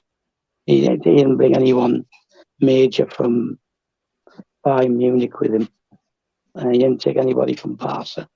So a lot of managers will do it, but others don't do it because they think of the supporters and what the supporters are going to think. And if you start picking somebody, it's always only picking him because he's one of his pets or whatever. But I'd have him, especially because he needs now needs a couple of players that he knows just to get that team going. And we need somebody who's going to be a leader by example as well, because we've lost the leadership. It's what Ryan was saying before when we were discussing the player power. We had a spine under Mourinho the first time. John Terry, Petr Cech, Lampard, Esti, and everyone knows who they are, right? And we had this spine right up to Drogba at the front, right? And Ancelotti, had meetings in his second season with them, right? And things like that. So people construe that as player power. But for me, it's not an issue because you want someone. You look at Roy Keane, at Man United, he would kick butt. If you were messing around, you weren't doing the job, he would kick your backside, and he wasn't the only one. Right, Stam, 2 or 3 others, right, and they would kick your backside. They wouldn't let you get away with it. And right now, there's no one doing that. Right, I love his loyalty. He's 2 games off 500. Right, okay. I love that. But his leadership is on pitch performance, yeah. And as he's got slower and his on pitch performances have waned a bit, the leadership qualities don't come out. Do you know what I mean? Yeah. So when you used to expect him, he'll get a tackle in, win the ball, and the rest of the team are going, wow. And they want to step up as well. But because he's one of the so-called leaders, and because his form's vain, so we need some leaders. And the same with Silva, right? He's a leader, but he's an organizer. He's not a John Terry who balls at players, who rips players to shreds if they're not doing it. Right? He doesn't do it as much, but he's an organizer. He organizes. So, but how long is he going to last? You know what I mean? So we need to get 2 or 3 leaders in. You would hope that Mason Mount, Reece James. I fancy Reece James will be a leader when he gets back, because he won't like the way we're going, right? And he'll be a leader, and he'll bring the best out of Mason Mount as well. He'll start dragging it out of other people. So, well said, Stav. Well said, Stav. I've said everything. We need a leader. We need more legs in the midfield. We need help, but I don't know how that helps the young players. If we have to bring another young player for Brighton. We understand. Yeah, Nizam, sorry, very quickly, just on Caicedo, the only red flag I can think of that would worry me is if you bring him in on a perm, does that mean the writing is on the wall for Zakaria? In the sense that you're not going to exercise that option to buy him for 30 million. And I think that would probably disappoint a lot of fans, because Zakaria's been one of your best performers, I think, when I've seen him play this season. He's not been perfect by any means. He's got areas of his game he needs to improve on, but he definitely has given that little bit of oomph and energy in your midfield, like what was just said, that's been lacking. Because you've got Chukwuemeka, you've signed. There's also this young Italian midfielder, isn't it? Caicedo. He's very, very young. Caicedo. You got Lewis Hall can play in the midfield. Got a lot of options. Kovacic. Yeah, that Lewis Hawk guy, he's very, very good, even with the position he's playing as a left back position. But I was even told he's more of a midfielder, and he plays Yeah, very, very well. he's a midfielder. Yeah, plays very, very well. He's a midfielder who can play at left back or left wing back, whatever you want to call it. But he's predominantly a midfielder. Then you've got Harvey Vale, who's out on loan. You've got Charlie Webster, another good midfielder. Some of these guys are going to end up leaving, right? Like Livramento did, like Lamptey did, like Musiala did, goes to Bayern Munich. Right, but that's different because he came with his family to England, and he's gone back to Germany with his family. So they were all out of contract. You can't force these players to sign. The big one I can't understand. The one that I couldn't understand, right, was Livramento, because he only had to wait one season at most, and then we would have let Azpilicueta go if we had Livramento. But impatience, a lot of young players are becoming impatient. But we've got a hell of an academy. We've got Dion Rankin, right? Lots and lots of good youth players. Yeah, when we talk about the young players, Todd Bowley and Chelsea, the academy, and also Hutchinson. I was referred to Roman Abramovich did very well. The investment he put into the academy is really paying off, and that was his main philosophy, was ideas or things that he wants to achieve for the club to be able to grow have a very, very good youth team. And he's done it. The investment has really paid off.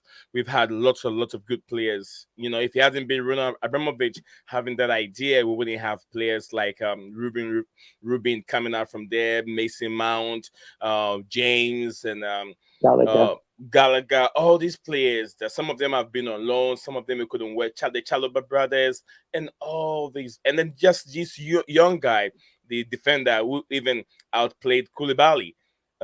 Performances is what I'm talking about. Humphreys. The young black boy. Humphreys. Humphreys, he played very, very well, and so we got a lot of future for the football club, but then it takes time. I want Chelsea fans just take it easy. So one more topic before we bring the stream to an end. And Ryan, I hope you can see it. This is what we want us to talk about before you end the stream, right, brother? Yes, exactly. I'd like to hear both your thoughts on this. I just want to very, very, very quickly, Nazan. I'll be very, very quick. Just what Sav just said on the young players becoming too demanding. It reminds me of the story of Kevin De Bruyne when he was at Chelsea under Mourinho, and he was brought into Chelsea, and he had impressed Mourinho so much in the training that Jose played him, I think, in the first game of the season. I can't remember which season it was, and he played really, really well. And then, he told this story when he was interviewed, Mourinho, that after the first game, Kevin De Bruyne came up to him. He was only a young player at the time, and said, "I want to play every single game." And Mourinho couldn't believe it. He was like, "Wow, this young kid, who does he think he is? He's had one good game, but he's come to me and said he wants to play every single game." And then, he ended up, the relationship turned sour, and he wasn't being played every game. And then he went to Mourinho and said, "I want to leave. I want to go to Germany." And he kind of made the decision for him in the end. And it was a kind of monumental loss for Chelsea. But it is true, like some of these young players, they do one or two good performances and they have so much talent, but they can be very, very demanding, and they want to play all the games. So they put so much pressure on the manager. Can I just say something about that? Right. That was World Cup year. Like that season, in the end of that season, it would lead up to the World Cup in Brazil. Yeah. And that's why De Bruyne was making the demands. Right. But he's come from a reasonably small, not small, but middling club in Belgium. Right. And we signed him, right, because he played against us and we saw him. Right. Mourinho didn't sign him. right? Mourinho didn't sign Shirley either. Okay, a lot of these players were Club already signing. signed. They were lined up to be signed, and they asked Mourinho, "Do you want them?" Right, and he just accepted it because he wanted to come back because as far as he was concerned, he had unfinished business after the first time. He wanted to come back, so he just accepted anything. Right, Ermanalo offered to resign because they didn't get on. Right, and Mourinho said, "No, it's okay." But ultimately, that was one of the reasons why he left, or he got fired second time. But De Bruyne did go and demand that he start. But little known is that so did Juan Mata, right? So did Lukaku, because they all wanted to go to the World Cup. Now, Lukaku was honest about him, right? And he went on loan, okay, before the season started. And everyone's going out because he missed a penalty in the Super Cup. He's got rid of him. And no, he didn't. He has to go on loan because Jose said to him, right, there's too much competition up front. I can't guarantee you starts all the time, right? So he went on loan. So he was honest about it. But Mata wasn't, right? Mata, it's a long story, but I'll tell you it one other day if I'm on again, yeah? Okay. Right? Okay. It was another one, right? But, De Bruyne was another. But what you have to look at is you had De Bruyne, you had Mata, you had Oscar, you had Shirley, you had William, Yeah. right? And none of them complained. Only Mata and De Bruyne complained out of that group of players, the attacking mids and that, right? The rest were willing to fight for it. And that's what you want. If you want someone who plays every week and he feels he's got an off day, right? He's not going to put the effort in. You have to compete. You have to fight for that same place, right? And it doesn't matter. And I back Jose all the way because he played a game at Swindon in the Carabao Cup, right? And he hit the corner flag with a shot. This is De Bruyne, right? Yeah, stuff. Yeah. Go on. Yeah. So now you want to go to the stadium. Yeah. Tell me what it says there, because I can't see it. About the 5-year thing. Oh, the stadium. You want me to read that to you? Well, just give me a broad outline. Yeah, this is what the Mirror put up, and that's what Ryan wanted us to talk about before we bring the stream to an end. We've been streaming for an hour 52 minutes now. It's almost close to 2 hours. I barely see, it hurts a lot when I sit for that long. Usually it's just half an hour to an hour. That's how long I can sit. But then anything that travels beyond that is a lot of pain. Does it say something along the lines of we'd have to go to Wembley for 5 years?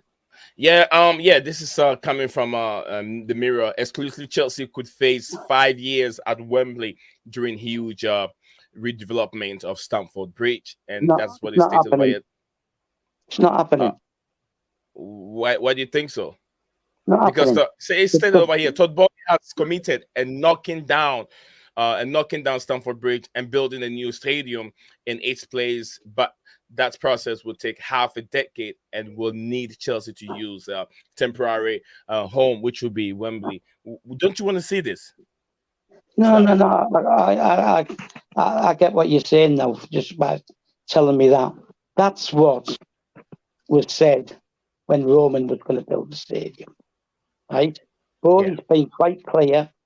He's doing it gradually, stand by stand, right? He's been clear about that. He's been in the media and he's clearly stated stand by stand.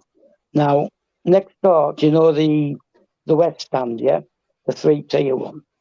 Behind that, there's some land come up in a place called the Edward Stoll Mansions thing, which is like homes for ex-war vets. And they want to sell some of the apartments, right? So what's the concourse now behind the West Stand? Concourse can be moved into that, and the West Stand can be moved back slightly and rebuild it with an extra tier. Okay? And that's probably where he's going to start. Roman wanted to build down into the ground. Okay, a bit like Barcelona. Barcelona is built into the ground. When you stand outside Barcelona, it doesn't look as big, right? It doesn't look as high. But when you go in, you initially go down and then have to go back up, to get to the top, right? So a lot of Barcelona's stadium is underground type of thing. Not under the ground, but the pitch is down. Yeah, and it's that's like what they Roman, dig the ground. The whole building is yeah, down. yeah, that's what Roman wanted to do. Okay. But Bowley's gone in a different direction. If he's going to be true to his word that he made publicly, right, he's going to do it stand by stand and gradually, right? Okay, hold on. Stop. From what you're trying to say is Roman intentionally wanted to build a stadium in the ground, dig more, and put the theft in the ground. So it'd be like it's not that high. The building, the stadium itself is not high. But then once you get in the stadium, you go down. Then you climb up to where you have to stand, sit, and watch the game. You also have seats down. You have sit down, and then there are seats up there. I'm trying to picture the what you're trying to say, but you're saying that Todd Bowley wants to do his in a different way. He's trying to build as it is now, but then it's going to be much taller. Is that what it is? Yeah, it's going to be taller, isn't it? It's going to be tall, but that is when if Todd. I understand why you say it's not going to happen, because this is what I've read earlier on. Why some people are not allowing this building to come on. I think under Roman or something, some people said the stadium was going to block their view from their window section. They can't see through a certain area, and they were going against the development. It's because it was getting too expensive. You know that he had his business visa revoked, didn't he? I think in 2017, something like that. And he wasn't allowed to enter the country, right? And because of that, he decided he wasn't going to do anything, right? And it got more and more expensive to do it the way he wanted to do it. Now, Bowley's got people who are experienced in stadium builds in the US here. And he's brought them in. I think one of them is a woman. And they've had meetings with the original guys who Roman used, so to find a different way of doing it. But Bowley publicly stated it's going to be gradual, it's going to be stand by stand, right? And when we built the stadium as it is now, the one stand, the east stand, the stand that the players come out of, that's been there since 1973, 74. Okay? Right? And that was built then. But the other stands, Matthew Harding, Shed End, which is north and south, and the west stand, they were built by Ken Bates. And that was one at a time. They weren't built at the same time, right? But Ken Bates put the hotel in. Yeah, Ken Bates is right here. As is being stated over here, the CPO were put in charge by former chairman Ken Bates to ensure nothing could be done without permission of the supporters. Chelsea have refused to commit so far on any development plans, but as much as 1.75 billion of the total takeover sum was put aside for future investment into the club, including the stadium. So Nazan, let me very quickly come in here, because I remember years ago when I went to watch a game at Chelsea. I was fortunate enough to go to visit the stadium. I think it was a Chelsea-Liverpool game. Okay. I was speaking to a season ticket holder who had a lot of knowledge about the kind of lease situation there, and I remember him explaining to me that it's very unique. I think Chelsea is the only club, if I'm not mistaken, in the country where they don't actually own the freehold for the pitch. Which is what they're referring to, I think, in this article. CPO, what is it? The Chelsea pitch owners. Yeah. And they actually lease the pitch from that company, and that company is fan owned, I believe. It's like 15,000 fans that own it. And I remember Googling it, and John Terry is like the president, and you've got like ex-players as well on the boarded that company as well, like Hasselbank and Desai. Yeah. So they got 1.75 billion to put down. So with that aspect, that will help the development to go on because there's money there for them. Yeah. Can I just elaborate a bit on the Chelsea pitch owners? Yes, stop. Go ahead real quick so we can bring the whole what stream happened to was, an end. Right, in the 70s and 80s, property developers were trying to buy the ground because it's in prime real estate area. So I think it's 95, 96, round about that time, Ken Bates set this Chelsea pitch owners thing up, right? And basically, they've got a 199-year lease, okay, from the club. From the club. They're leasing it from the club, right? And what they did is the club loaned them the money, right, to buy the lease. So what happens now is the Chelsea pitch owners, I think they've still got 175 years, something like that, right? The Chelsea pitch owners, they repay the loan to Chelsea Football Club, okay, for the lease. So they have to pay that back, the money that they were loaned by Chelsea. But Chelsea Football Club pay them, the Chelsea pitch owners, what's commonly known as a corner rent, which is minimal. It's not a lot to use the stadium. Yeah. So the pitch and the club name is owned by the Chelsea pitch owners. Right. So you can't move away from there. So it was to stop any future owner selling it to property developers. That's why that was set up. So yeah, they are the leaseholders, Chelsea pitch owners, right? But only for another 100 and whatever years it is, right? 177, something like that. Yeah. The actual owners of the stadium are still Chelsea FC, PLC, right? Okay. Yeah. But they're renting it from the Chelsea pitch owners who owe them money. So they're paying each other different types of fees, and it was set up to complicate it for future owners selling it or developers moving in to keep Chelsea at Stamford Bridge. Stamford Bridge, right? Chelsea is the only club in the English Football League, right, that came after the stadium. Okay, the stadium was built, and they offered it to Fulham. Fulham declined, so the club was set up to play in the stadium. So the stadium came before the club.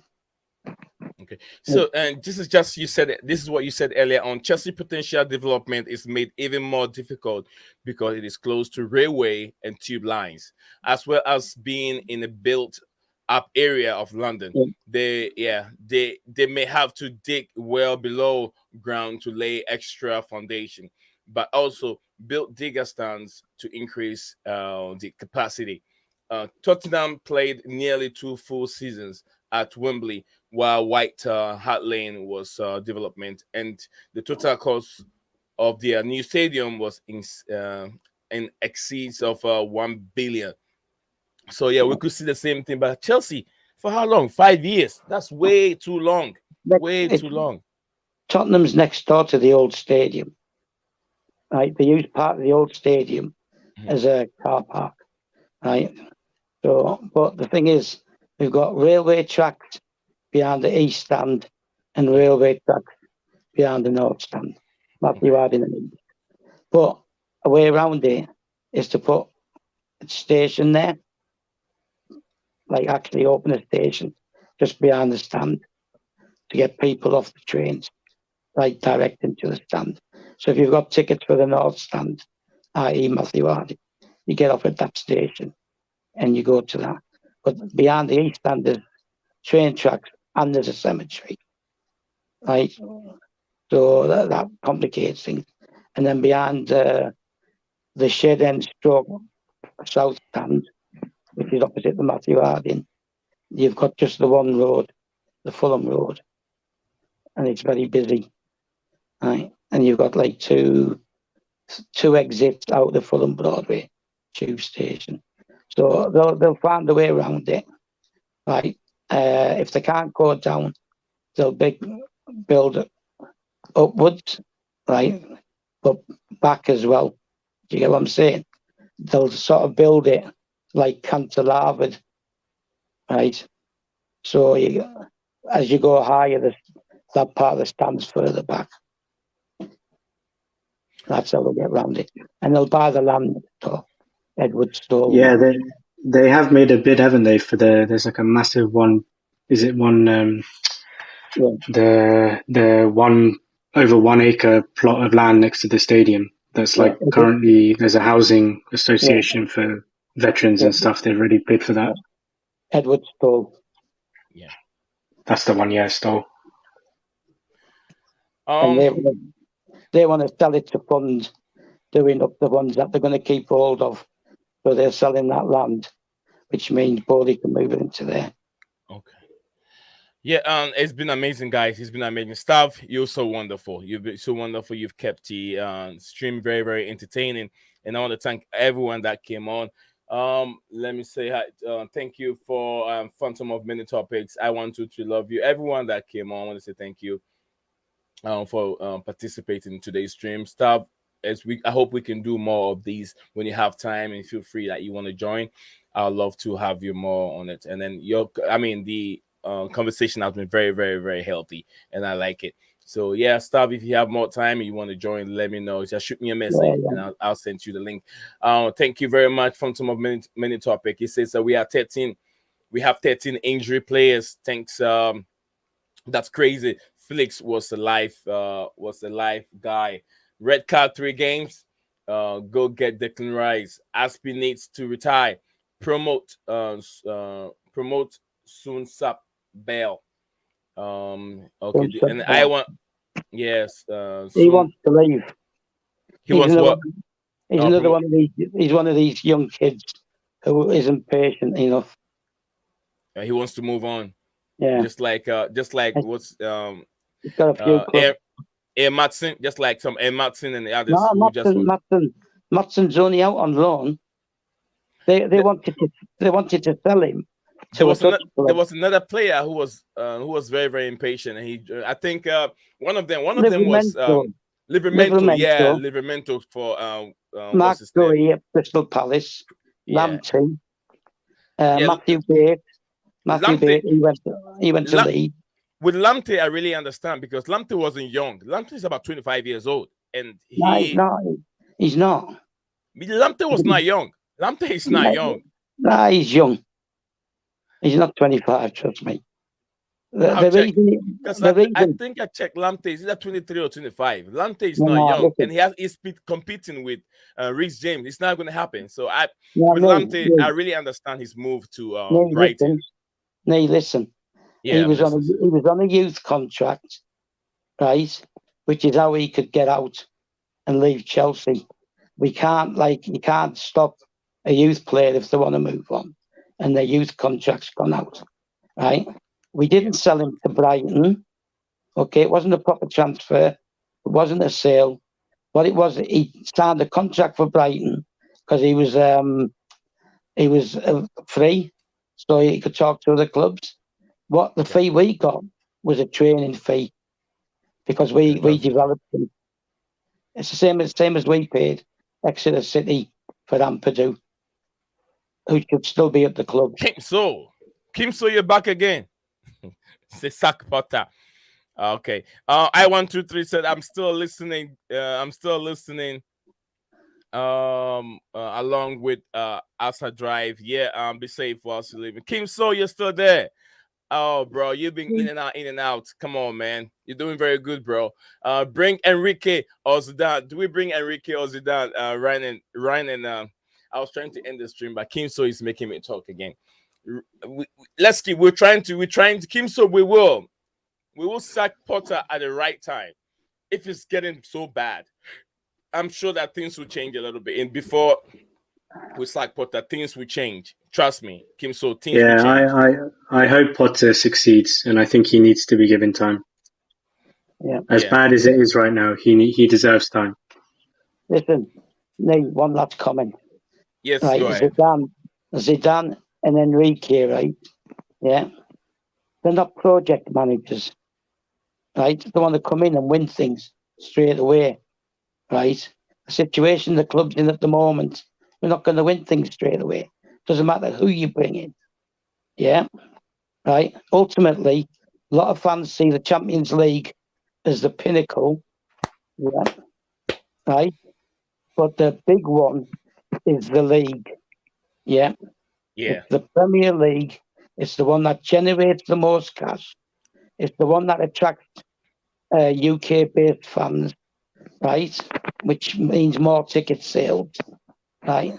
Liverpool fans will fill the away end in Stamford Bridge and vice versa, right? Some continental fans in the Champions League will not fill those, okay? So ultimately, I don't know if Ryan agrees, but for me, the Premiership is the main one, okay? And that's a whole different kettle of fish to win. Okay. Kim So says sack Potter. He's tired. He's just tired of losing. Said bring Enrique or Zidane. Absolutely, we'll look into that. Nothing will change. That is from Kim. So we will lose against Dortmund. Let's show a little bit of positivity, Kim So brother. Come on, man. We have to win the UCL this season. How can we win it? Let's have a little bit of patience for Graham Potter. He will come out big. I want him to succeed. He's a very humble man, but he has to be a little bit ruthless. Ruthless, like I said, we will win the Champions League. You know how when things go bad for Chelsea, that's what they show their resilience. That's how they show their powers when they go to play the Champions League. But then Kim So, we can do better. We can do better. He said the EPL is done for us. Absolutely, I understand the EPL is done, but we're looking for our last competition, which is the Champions League. We're going to throw all our aces into that competition and see if we can win. Potter is a nice guy. Yeah, he's too much of a nice guy. That could be one of his problems. But then I know there has been an emergency meeting today where he met through, I think Rand also said that during his speech today, he met Chelsea senior players, which has to do with Aspilicueta, Thiago Silva, maybe Mendy, one of those big players, and talked to them about. That was yesterday, wasn't it? Yeah. Yesterday. I think yesterday, on how they have to, change things. Things have to change. You know, we can't keep. Yes, sir. Yes, Nobody knows if he's a nice guy. Nobody knows what he is like at the Cobham, at the training ground. Mm-hmm. Nobody knows he's a nice guy. But as it stands, we had a squad. He's come in, right, with a squad that's not his, right? Yeah. And he can't just be kicking people into touch until he gets his own targets. He deserves 2 or 3 transfer windows. He deserves a pre-season, right, like next summer. Okay, he deserves to get rid of people he wants to get rid of, and by now he'll know who that is. Okay, and he needs to revamp that squad. And everybody's slagging him off, despite the fact that he's got a 44% success rate, which is exactly the same as Tuchel's last 18. Right? They've got the same success rate. He didn't have a pre-season. He's got a glut of injuries. I don't care if we don't win anything this season. I don't care if we don't win anything next season, because it's a long-term build-up, right? Ryan, how old are you? Is Ryan still 33. 33. Okay, 33. Right, so you were, 13, 14 when Abramovich came to Chelsea, yeah? Yeah. I was definitely still in school, yeah. Yeah, right. Let me put this to you, right?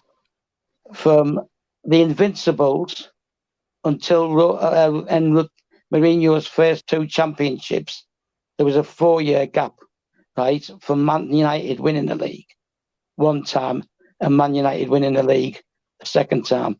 Invincibles and Mourinho, right, took 3 titles away from Ferguson because Ferguson was rebuilding.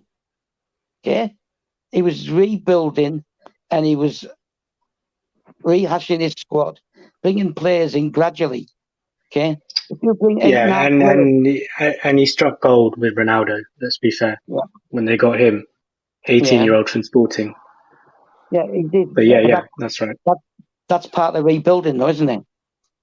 Yeah. And that's what we're doing. Chukwuemeka, Hutchinson, right? Casadei, right? That's what we're doing. People have to be patient.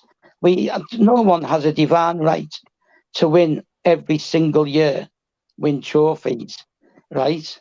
Pep Guardiola's just turned the Brazil job down because he wants 2 more years at Manchester City. When Pep leaves, if he leaves after 2 more seasons, who's going to come in, right? They're going to have to start again, just like Pep had to do when he came in, and it took him 2 seasons, right? It's not a super fast process. So Alex Ferguson has remoulded, right, that Man United club 3-4 times. He was close to, well, Ryan won't remember it because he'll have been too young then, probably. He was close to being fired, Ferguson, and he won the FA Cup. It saved him, right? And then he went off on a success. What is it, 26 trophies in 26 years? Something like that. Patience, right? We all want to win things, right? I want to go out and say to my friends who are Tottenham, Arsenal, whatever, what have you won this year, right? Look at how patient Arsenal have been with Arteta. Just get patient, right? Give the man a chance to work. I'm done. Stav has said it all. Kim So said I was born. Send me a message when you want me on. Okay, I will. He said I was born when Abramovich came on. That is from Kim So, 2004. Kim So, yeah, big up to you, Kim So. If you're just joining us, please do not hesitate to put a like on the video, please. It's very, very important for the platform. If you just come in and you saw us streaming and we're talking about, we've been streaming for the past 2 hours, guys. 2 hours. Tottenham would never win anything. Not at all. They don't have that winning mentality. They can't win. But when Chelsea gets their ass together and then start winning again, it will be outstanding. They will win and then be number 1 in England again. We have very, very young players, and I want to advise all Chelsea fans. We have youth, strong, well-developed academy that can fit the senior team. So, guys, have faith. Thank everyone that has been part of us. Ryan, staff, do you guys want to say something before we bring this stream to an end? No. Like I said, just patience. Ryan will know, being a Liverpool fan when Klopp came in, so he knows about that. It's been nice sharing the stream with you, Ryan. I'll see you again sometime. Thank you, staff. Yeah, definitely. Thank you very much. Yeah, it's been had a very good time listening to you, your wisdom. So, thank you. Yes, Stav is he's a legend and true Chelsea fan. He has former season ticket holder at Stamford Bridge. He came to advise some of these current young Chelsea fans to know the way forward. He's seen it all when it was very bad at Chelsea, and when Roman Abramovich came in and things started moving up. When Chelsea almost got back to relegation again before Roman came in, even Chelsea got to a point they were even going on bankruptcy. So that's how bad it's been for Chelsea. So he's seen it all, and then he came up. Heads that I wouldn't see much people coming on to listen to the wisdom of staff. But then maybe some other time he will come on again and advise some of the young Chelsea fans that are getting to know the club. Kim So said, big up to the panel. How can I be patient if my team can't win games? It comes. I mean, I understand games, but if you say trophy, yeah, we understand that comes with time. But games, I understand with your patience. I mean, singles. I mean, teams like Forest and some mediocre teams Chelsea can beat, but it will come. You have to understand transition. If you have the patience that Arsenal had for Arteta, then we should all stick to Graham Potter. He's proven. He's done with Brighton. He's tactical. He's and Ryan even said he's I think he's a psychological guy or something. He learned psychology. Yeah. Yeah, he's got a degree in like emotional intelligence or something. He's got 2 degrees in different things, right? Which Mourinho's got as well, right? Mourinho was a translator, right, of Barcelona. He started as a translator, right? Bobby Robson. Bobby Robson, Louis Van Gaal, and they let him start. They started by letting him take training sessions, right? It's funny. Then he became an assistant, right? But he was a translator, and he had no right to do that. Yeah. Look what no experience. Look what he won. It's true. He's on a par. If you take the 2 careers, right, he's on a par with Pep. Right? He's on a par with Pep. And Jose's done it, right, in 4 countries? Yeah, being a translator alone. Yeah, but he's won things in 4 different countries. Yep. Portugal, England, Portugal, England, Madrid, Italy, and Spain. England, Portugal, Italy, and Spain. Yeah. So guys, thank you very much. Thank you all, Ryan, Steve, Ryan and stuff. I'll see you guys some other time, and it's been a lovely stream with you guys. Lots of knowledge has been learned today. Kim So said, not sad about the William goal. He says not sad about the William goal. Yeah, you guys, thank you very much. We got 5 of us that are still here with us, but thank you all. Leo Desperandos, like I always say, hang on to hope. Leo Desperandos, if you understand that, my platform, that's what I said. Leo Desperandos, hang on to hope. There's hope out there. Say up to Chelsea. Up to Chelsea. Yeah, up to Chelsea. Bye-bye, guys. We'll see you again tomorrow. Enjoy my outro. Enjoy the outro. I know a lot of you guys like it. So, like I said, good morning, my neighbors. Nate, are you doing a program tomorrow? Yeah, I'm always streaming 6:30 UK time. So, yeah, if you are free, I'll shoot you a message if you want to hop on. That'd be nice.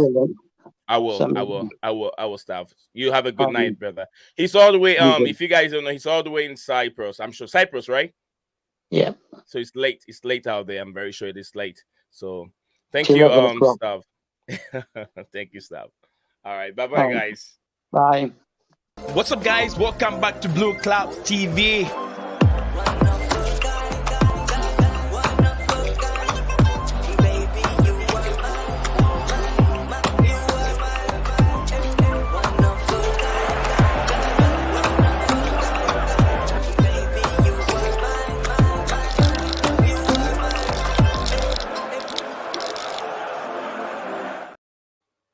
What's up, guys? Welcome back to Blue Clouds TV.